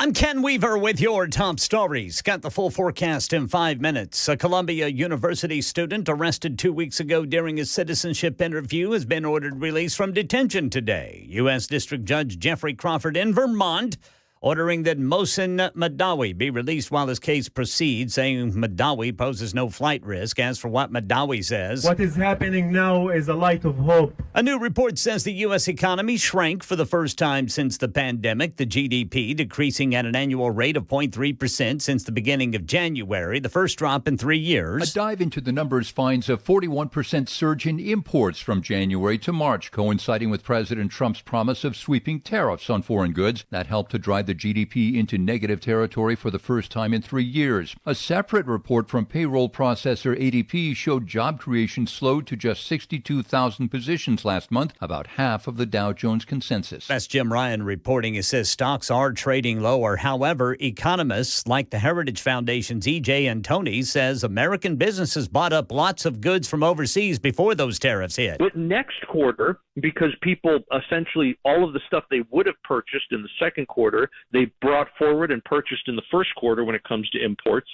That means that now we're not going to see virtually any imports in the second quarter, which will show up as a huge jump in GDP. Antoni on the Dan Mandis show earlier this morning on Super Talk 99.7 WTN. New this morning, the driver of a school bus that tipped over and landed in a creek in Sumner County Monday has now been charged with failing to exercise due care. Officials are not releasing the driver's name. She was injured in the crash, along with 5 of the 19 students on board. Channel 4 says this man is just happy it wasn't as bad as he had feared. If you ain't real familiar with this road, hey, you'll go off in a ditch in a minute because it's curvy and it's hilly, and plus the speed limit ain't nothing but 30 miles an hour. FDA has classified an earlier recall of Martinelli's apple juice jars as a Class 2 recall due to a colorless toxin that is produced by some molds known as patulin. Martinelli's announcing it's voluntarily recalling the 10-ounce apple juice glass bottles, as those bottles may contain a colorless toxin growing on some fruits. 100 cases of apple juice being recalled across 28 states, all due to the possible toxic substance contamination. The FDA says it could cause temporary illness. Michelle Franzen, ABC News. That's the latest news. Weather is next. I'm Ken Weaver, WTN News.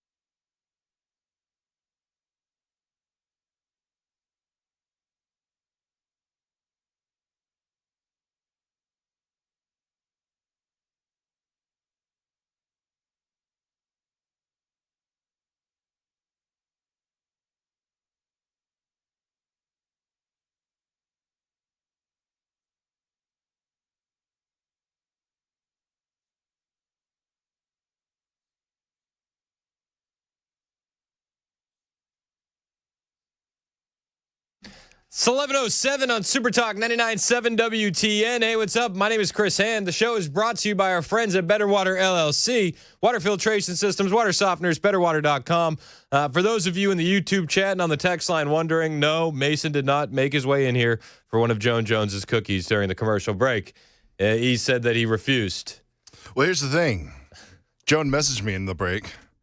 Said, eat the cookie. Did she really? She did. Oh, my gosh. You know what that made me think? I'm not eating that cookie. She's a little too forceful to make me eat that cookie. She's a bit pushy. See, like, I was joking about the poison earlier. Now I think there might be something. There might be something to it. There might be soon. I'm having a good time. Is there a beat? That explains a lot. Explains a bunch. We've been talking about the Trump economy. We have a lot more clips to get to from this Trump ABC interview last night. But currently, right now, Trump is holding a cabinet meeting, and they're weighing in on the first 100 days of the economy. The big news today that the left is going to grab and hold on to and say, see, Trump is ruining the economy. That's the GDP numbers. The GDP is contracted, 0.3%.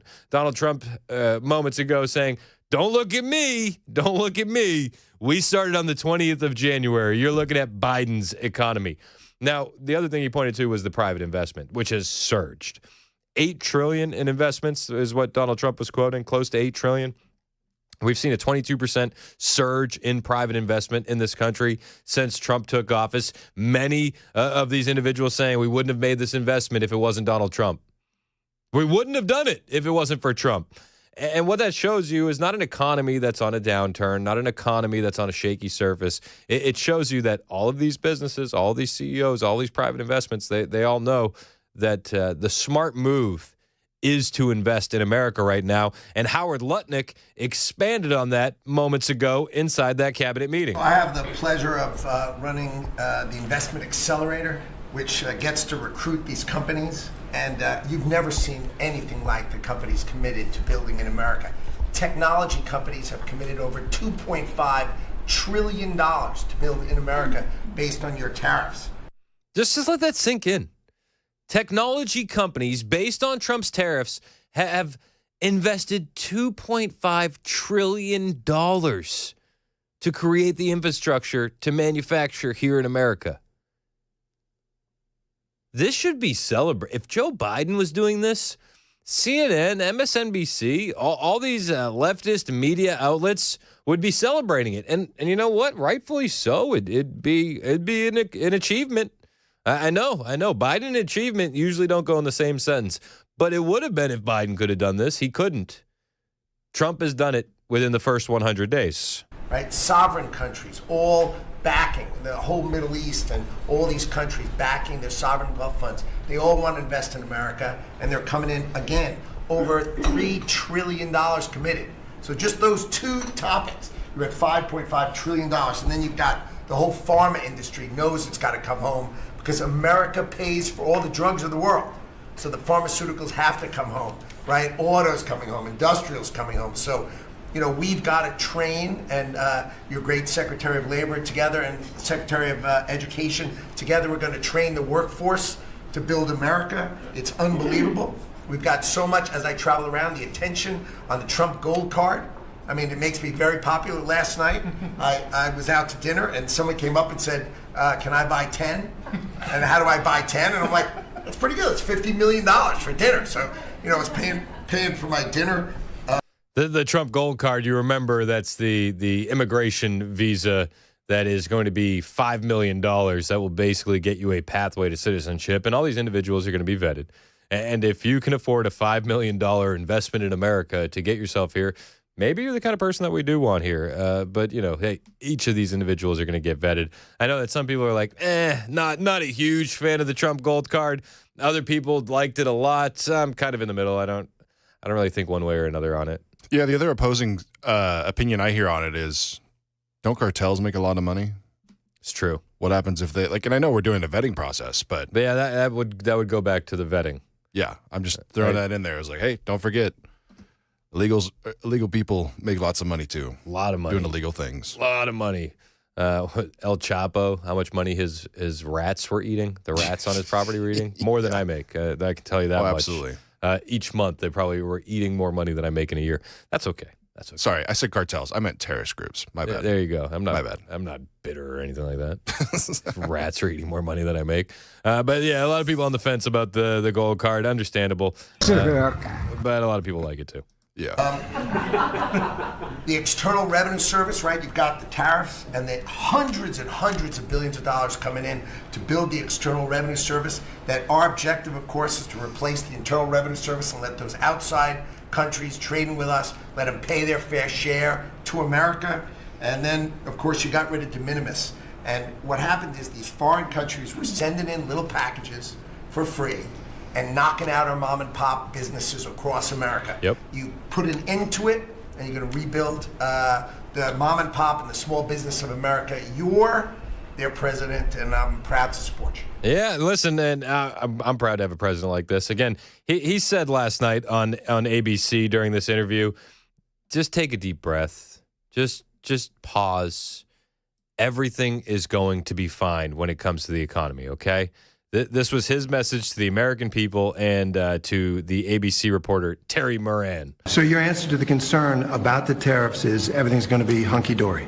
Everything's going to be just fine. It wouldn't have been if I didn't do this. I had a choice. I could leave it, have a nice, easy time, but I think ultimately you would have had an implosion.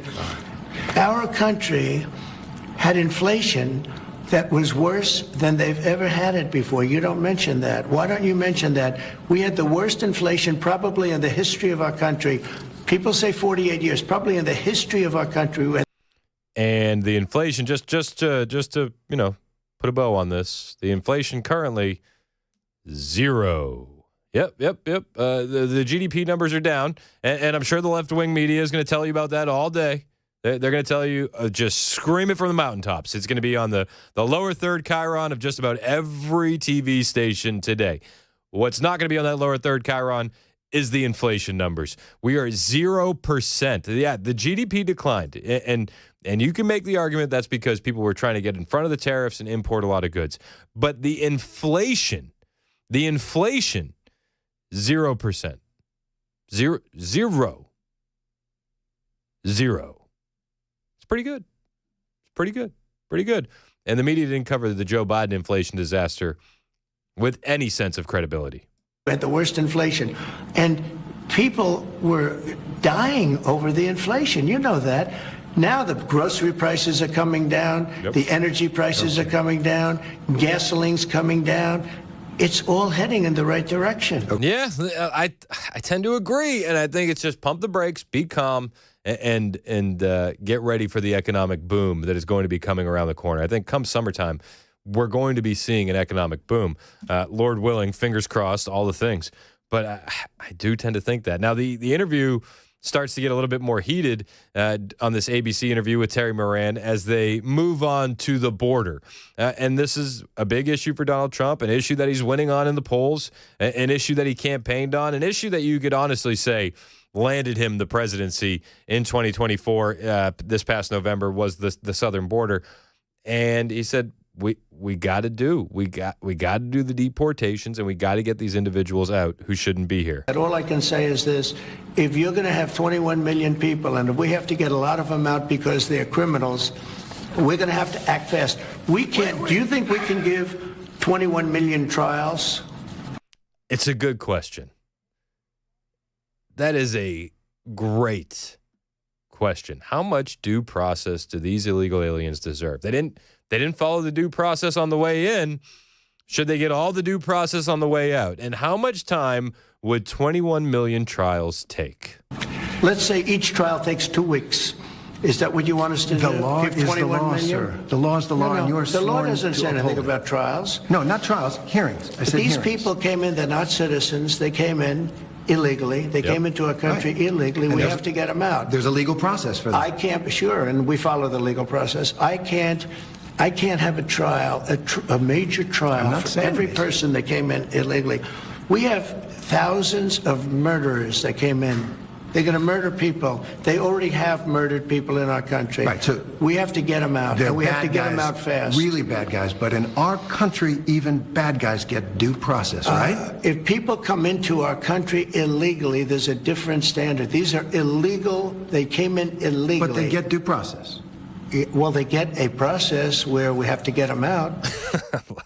They can get a process of getting on a plane and being removed. That's kind of the process that Trump wants. And again, I'm with the president. You didn't follow due process on the way in. Why do we need to follow due process on the way out? 21 million trials, 2 weeks of trial. Do you have 42 million weeks? Honestly, like, it's insane. It's not sustainable to give every single illegal alien all the due process these leftist, Democrat, communists want. It's just not. It's just not. And we got to get these people out. As of right now, ICE has removed 65,000 illegal aliens. Those numbers are low. Those numbers need to go up. But when you break down those numbers and you realize the individuals that they're taking out of here, it is thousands of murderers. Thousands.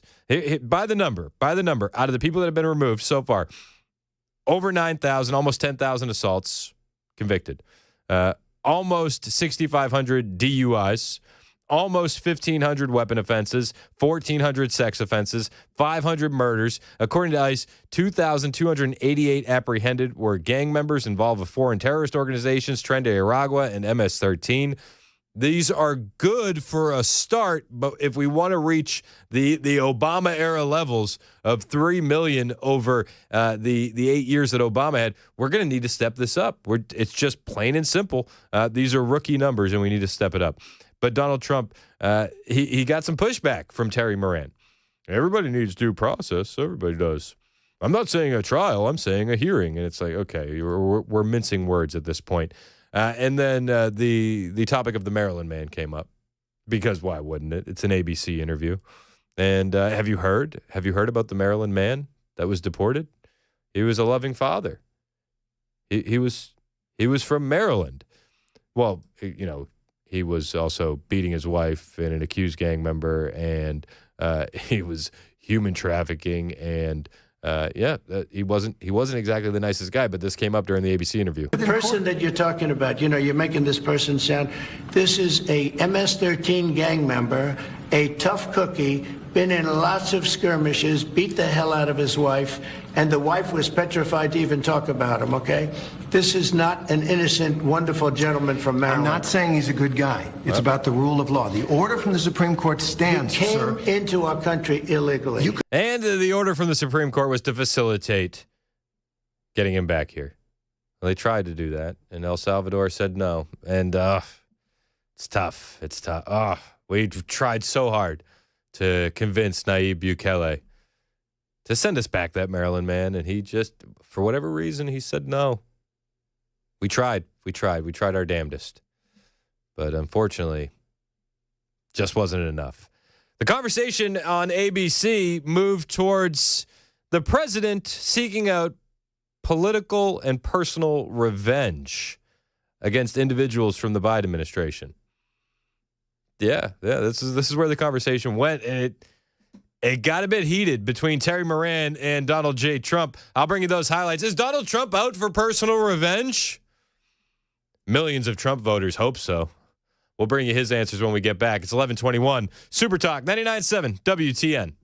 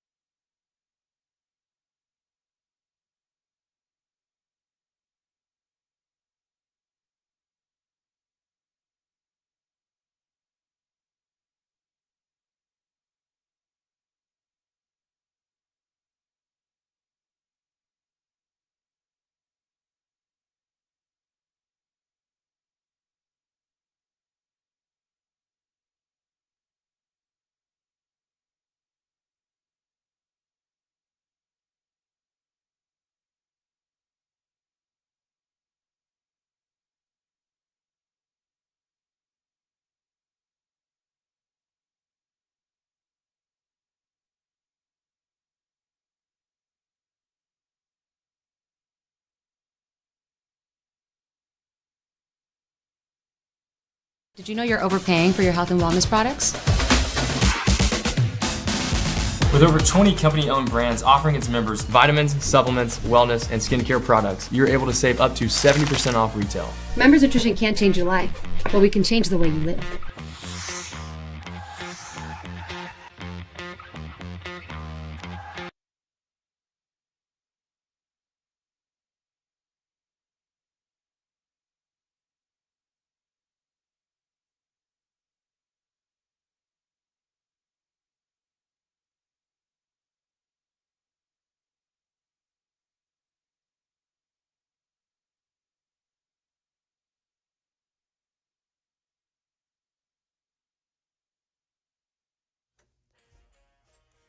Williamson County, we've got some pothole repair. It means rolling road blocks. 65 southbound at the Thompson Station Road overpass. And charges have been filed in that Sumner County school bus crash. Encouraging news about a disease striking about 1 in 10 Americans. These stories are more at 11:30 on Super Talk 99.7 WTN. Thank you, Ken Weaver. It's 11:25 on Super Talk 99.7 WTN. My name is Chris Hand.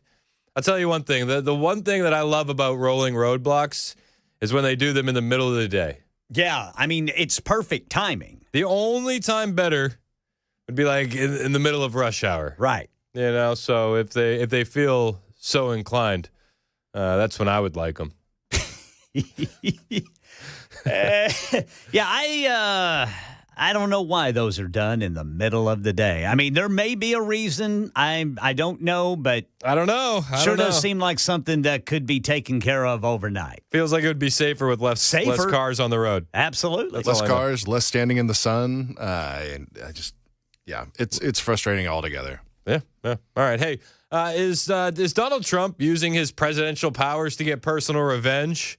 That's what ABC wanted to know last night when Trump had the kindness and the patience to sit down for an interview with one Terry Moran. Are you using your powers as president to get personal revenge? No, I'll tell you what you're really not asking, and you should be asking. There has never been a president in this country, in the history, that was persecuted like I was persecuted by really crooked people, dishonest, horrible people, and it's been proven. So when you say I'm treating people rough, I'm not treating people rough. I was treated worse than any president in the history of our country. True. And, people figured, well, maybe that's it. Finally, we got, he's leaving town. There goes the helicopter. And then I came back. And I came back because I have tremendous support. When you win an election like I won it, and you will admit I won all 7 swing states, I won the popular vote, I won 2,750 districts compared to 500 districts. That's why the map is all red. And those people feel that I was treated unfairly. Yeah, I mean, that's one of the main reasons he won, but he gets pressed. He's Terry Moran, old Terrence over here, Terrell, whatever his real name is. Terry says, but you're revoking all these clearances. You're taking away all these individual security clearances, and he has. I mean, he pulled Kamala's security clearance. He revoked Hillary's security clearance. He revoked Joe Biden's security clearance, Chris Krebs, Miles Taylor. I mean, we can go on and on and on about the individuals that he's revoked security clearances from. And ABC News takes a bit of umbrage with that. Biden did something to me, and I did something to Biden. And you know why I did it? Because he's grossly incompetent. That's not a man that should be allowed to, be looking at things that are very confidential. But what about because he didn't? 71 Here's a people man that used an auto pen to sign very important documents. Now, who really is? Do you think he knew that they were using an auto pen? Probably not. I mean, he used an auto pen to sign very, very important documents, and so those are really the questions you should be asking. What do you think of the auto pen? Who wielded the auto pen? Because whoever that person was, think of it. Whoever the person that wielded the auto pen, he was really the president of the United States. Because I don't think that Biden knew anything about it. I don't think he did either. But Terry keeps pressing him. And he's like, bro, you look angry. You look angry revoking all these security clearances. You shouldn't be doing that. And Trump says no. It's not anger. I'm asking the justification for going after people you don't like. No. People that I think are dishonest. It's not that I don't even know most of them. They're people that I These think people are made you angry. No, it's not anger. These are people that I think are very dishonest. I don't think they're worthy of being able to go into top secret information. I think that's fine. And Biden did that with many of our people. But when you look at it, these are people that I don't think are worthy. That's my decision. It's not a question of anger. No, it's not a question of anger. It's a question of trustworthiness. And the people that we've revoked security clearances from, scumbags, the gag of them, the scumbags. It's 11:30 on Super Talk 99.7 WTN.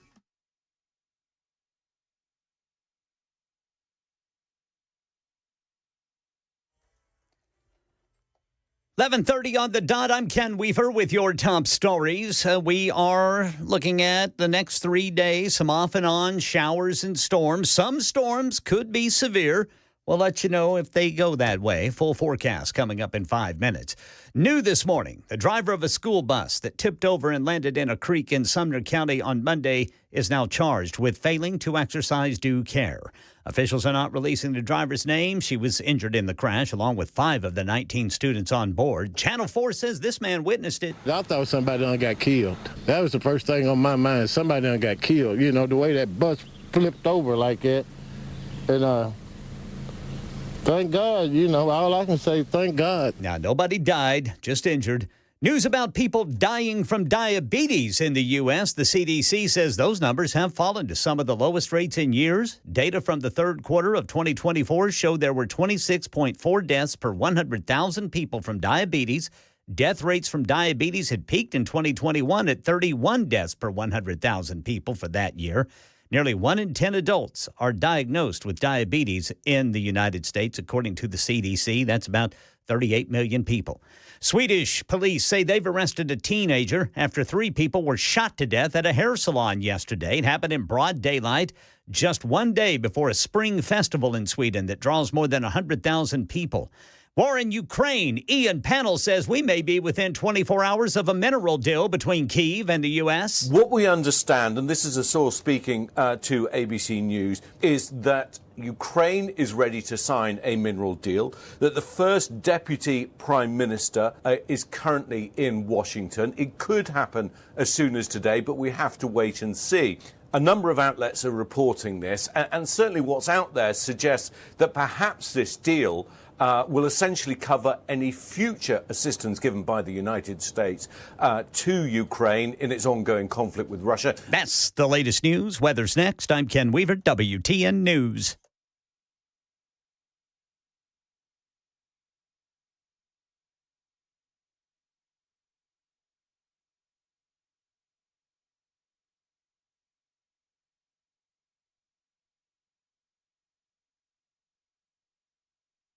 Hey, what's up? It's Chris Hand here for my friends at Glock Store. Glock Store. It's the 5th annual open house happening Saturday, May 31st. Every year, these guys at the Glock Store throw open the doors. They roll out the red carpet for all of Nashville, and they have a day full of raffles, deals, and full auto fun. This party is going to be a banger, and this year, the raffles are nonstop. Again, we're talking custom Glock handgun giveaways, premium gear, you name it. And even if you don't win a raffle, you're still going to be able to take advantage from some fantastic deals. If you need ammo, the best deal in town on the best bullets in town, Burrow Bullets Blowout. 1,000-round tac packs of 9mm and .223, packed in custom ammo boxes. You're not going to believe these prices. And yes, they're bringing out the full auto rental rifles again, 9mm, 5.56. I've done it. It's awesome. You're going to want to do this too. So mark it down. Saturday, May 31st. The entire WTN crew is going to be there hanging out for the Glock Store's 5th annual open house. Minutes from the airport, worth the drive from anywhere, especially on Saturday, May 31st.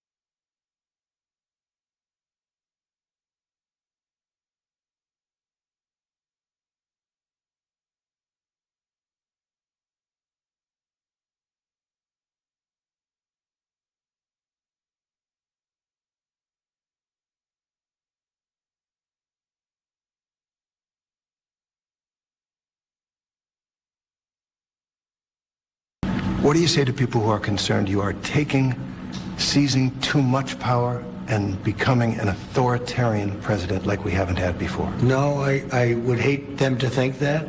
I'm doing one thing. I'm making America great again. We have a country that was failing. We have a country that was laughed at all over the world. We had a leader that was grossly incompetent. He should have never been there. The election was rigged. He should have never been there. Our country suffered greatly, and now our country's coming back like nobody can believe. I have editorials just today where they're saying they've never seen anything like it. They love it. Our country's coming back, and we're respected again. Fact check, true. That's Donald Trump last night during this ABC interview with Terry Moran. There's a lot of questions like that. Oh, everybody thinks you're a fascist. How do you feel about it? Everybody thinks you're a tyrant. Explain why you are. There was one question about the border where he's like, oh, it's undeniable that you're securing the border, but people question your methods. And as you said, it is an undeniable fact that illegal crossings at the southern border have plummeted, a staggering decline. But undeniable fact. But it's an undeniable fact that everything you're doing on the southern border is working.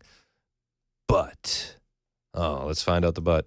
But there are questions about your methods. And so I want to ask about my message? Methods. About your methods. How you're accomplishing they seem to work. There's questions about your methods. Oh, you mean the methods that are working?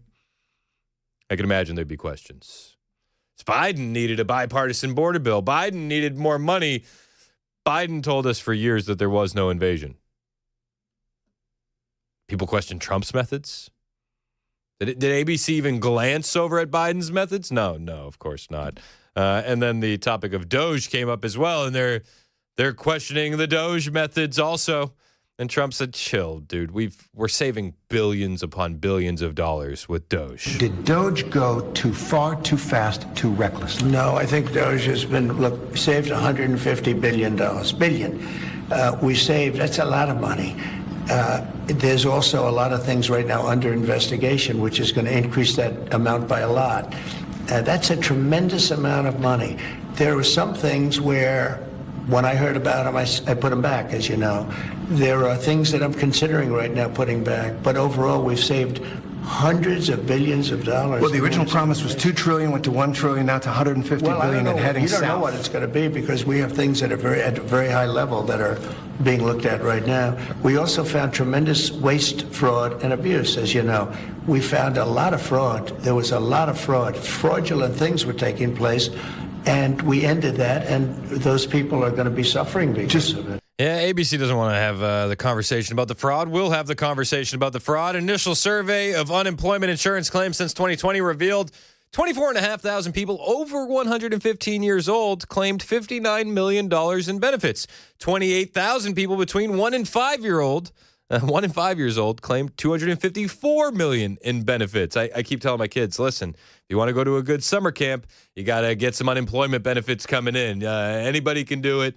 28,000 people between 1 and 5 years old claimed $254 million in unemployment benefits. Doge also discovered 9.7 thousand people with birth dates over 15 years in the future claimed $69 million in benefits. In one case, someone with a birthday in 2154 claimed $41,000 in unemployment. Let me just repeat that one again.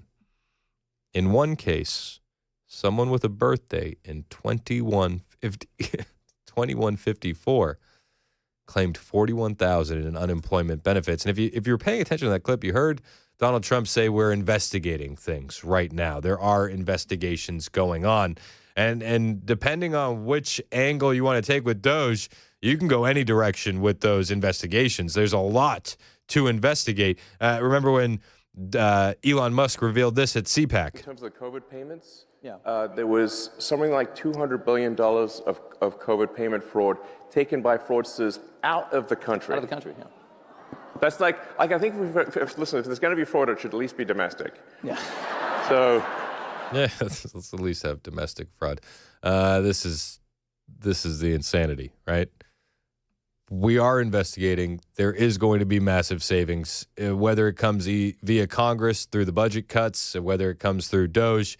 We just need to save the money. The way we've been spending is completely unsustainable. And we need some help from Congress too in that aspect. Congress has been focusing on important things, though. Did you hear what they were debating the other day? After 2 weeks of being out of office, Congress decided to get up there and they decided to debate gold medals for hockey players. 1980 Olympic team, the Congressional Gold Medal, it's the cherry on top. We will never be able to do anything bigger than that. To have that captain say that to me, that's why it was important that I worked on both sides of the aisle, that we got over 290 signatures to get it on the House floor. Yeah, that's a Republican in Minnesota who is working on getting congressional gold medals for the 1980 Olympic hockey team. So there's a lot more important things that we could be doing than congressional gold medals for the 1980 Olympic hockey team. Things like looking out for fraud, waste, and abuse. Duh. That would be far more important.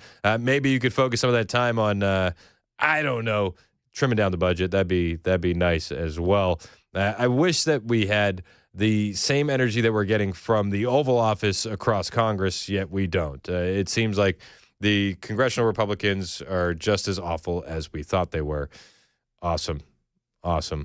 But we need to look into the fraud, the waste, and the abuse when it comes to Doge. And Terry Moran during this ABC interview said, "Oh well, hey, when it comes to the fraud, there have been no referrals to the Justice Department." This is his argument. There have been no referrals to the Justice Department, and Trump says, "How would you know?"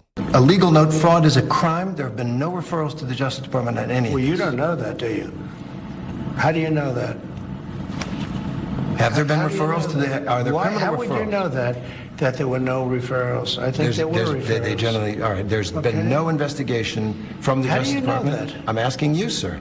No, you're not asking me. You made a statement. You're not. Now I'm asking you. That was a statement that you made. There have been. I'm asking you. Have there been? Yes, there have. So there have been referrals for fraud from the work of Of course there have been. Take a look at some of these things that took place. Billions of dollars were given to people for no reason whatsoever. Of course there have been. Well, listen, I'm gonna keep my fingers crossed and hope that those referrals turn into something, and hopefully the DOJ can make a very, very strong case against a lot of these individuals who were participating in the fraud at all different levels of our government. And it doesn't matter even which way you look. We could point at Social Security. We could point at unemployment. We could point at COVID. It seems like there's a plethora of options for the DOJ to go after and investigate when it comes to fraud in the federal government. And this is one of those things that Doge uncovered, and everybody's very upset about, yet we need to keep pushing. We need to. And I'm praying that the DOJ steps up and shows up and does something about this. And you know what? Truthfully, I'm a little more confident that maybe they will after we saw the arrest of Judge Hannah Dugan, who let an illegal alien sneak out of her courtroom and evade ICE. Like, maybe we're going to see the DOJ start stepping up in these areas. Now, you got to give them some time. You got to be able to work a case and all the things. I understand that. I understand I'm a bit impatient. But it just seems like we've had years of nothing happening. So it's like now that we're here, I want it immediately. I understand it doesn't always work that way. But Trump says, listen, as far as the country goes, we're respected again. This country has become respected again. And mainly we're respected again because of the leadership change that we saw at 1600 Pennsylvania Avenue. Because the last guy we had in there, well, he had trouble with things like stairs. Do you think the reputation of the United States has gone down under your presidency? No, I think it's gone way up, and I think we're a respected country again. We were laughed at all over the world. We had a president that couldn't walk up a flight of stairs, couldn't walk down a flight of stairs, couldn't walk across a stage without falling. We had a president that was grossly incompetent. You knew it, I knew it, and everybody knew it, but you guys didn't want to write it because you're fake news. All right. Thank you. And by the way, ABC is one of the worst. I have to be honest with you. Thank you. I just love the way they ended that. Everybody knew that Joe Biden was in cognitive decline. I knew it. You knew it. By the way, ABC didn't cover it because you're fake news. By the way, ABC is one of the worst. That concludes our interview with President Trump. It's poetry, really. You knew it, I knew it, and everybody knew it, but you guys didn't want to write it because you're fake news. All right. Thank you. And by the way, ABC is one of the worst. My favorite part is when he goes, you didn't want to write it because you're fake news, and you hear Terry go, thank you. I knew it, but you guys didn't want to write it because you're fake news. All right. Thank you. Thank you. And by the way, before we close, you're one of the worst. By the way, ABC is one of the worst. I have to be honest with you. Terry's reaction. Oh, okay. I have to be honest with you. You're one of the worst. You're one of the worst. But, they never covered the Biden cognitive decline. However, we have Democrats now who are trying to make the argument that Trump is in a cognitive decline. And I bet you that the mainstream media networks are going to have no issue trying to gin up hysteria and cover this story after Hakeem Jeffries made these statements yesterday, questioning the mental fitness of one Donald J. Trump while he was doing a hit on, what was this called? Midas Touch? What is Midas Touch Network? Nobody has any idea.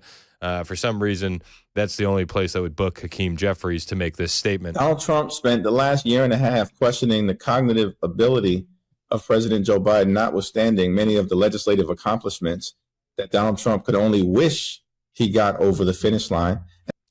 The many legislative accomplishments Donald Trump could only wish that he got over the finish line. I'm beginning to think maybe Hakeem Jeffries is suffering from cognitive decline.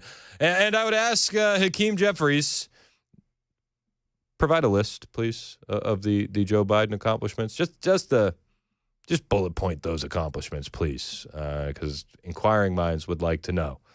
But he goes on to question Donald Trump's cognitive ability. And so I think it's fair that a lot of Americans across the country that I run into are questioning whether Donald Trump is actually fit at this point to be able to carry out the duties of the United States of America in terms of being the president and the commander in chief.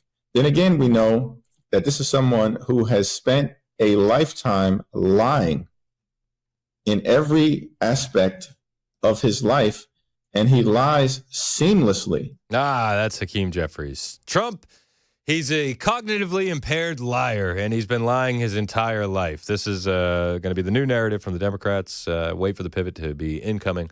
And ABC, CBS, NBC, you know that they'll cover this. MSNBC, easy. It's an alley-oop. CNN, of course, they'll cover this. This is going to be a new talking point this week, I'm sure. We're going to hear about the cognitive decline of Donald Trump, and we're going to hear about the contracting economy with that GDP coming in at 0.3%.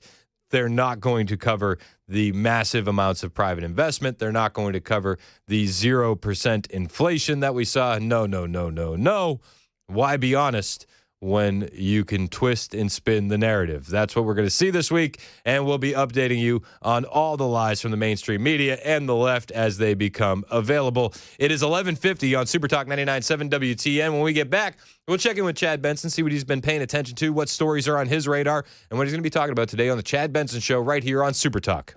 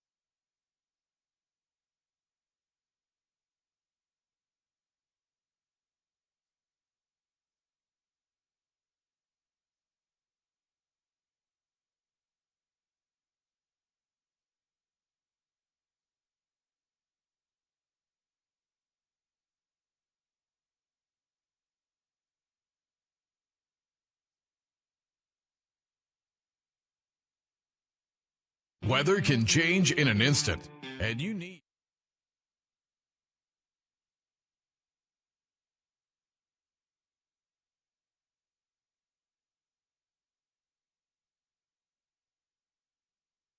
It's 11:55, Super Talk 99.7 WTN. I'm Chris Hand. The show is brought to you by my friends at Better Water LLC. Water filtration systems, water softeners, betterwater.com.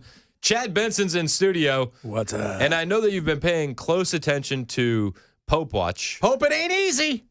Do we have a new Pope yet? We do not. They cannot start the conclave or will not start it till, I believe, next Wednesday. I think a week from today. So they haven't even started the process yet? No, they're just getting to know each other. Because a lot of them don't. There's like 100 and...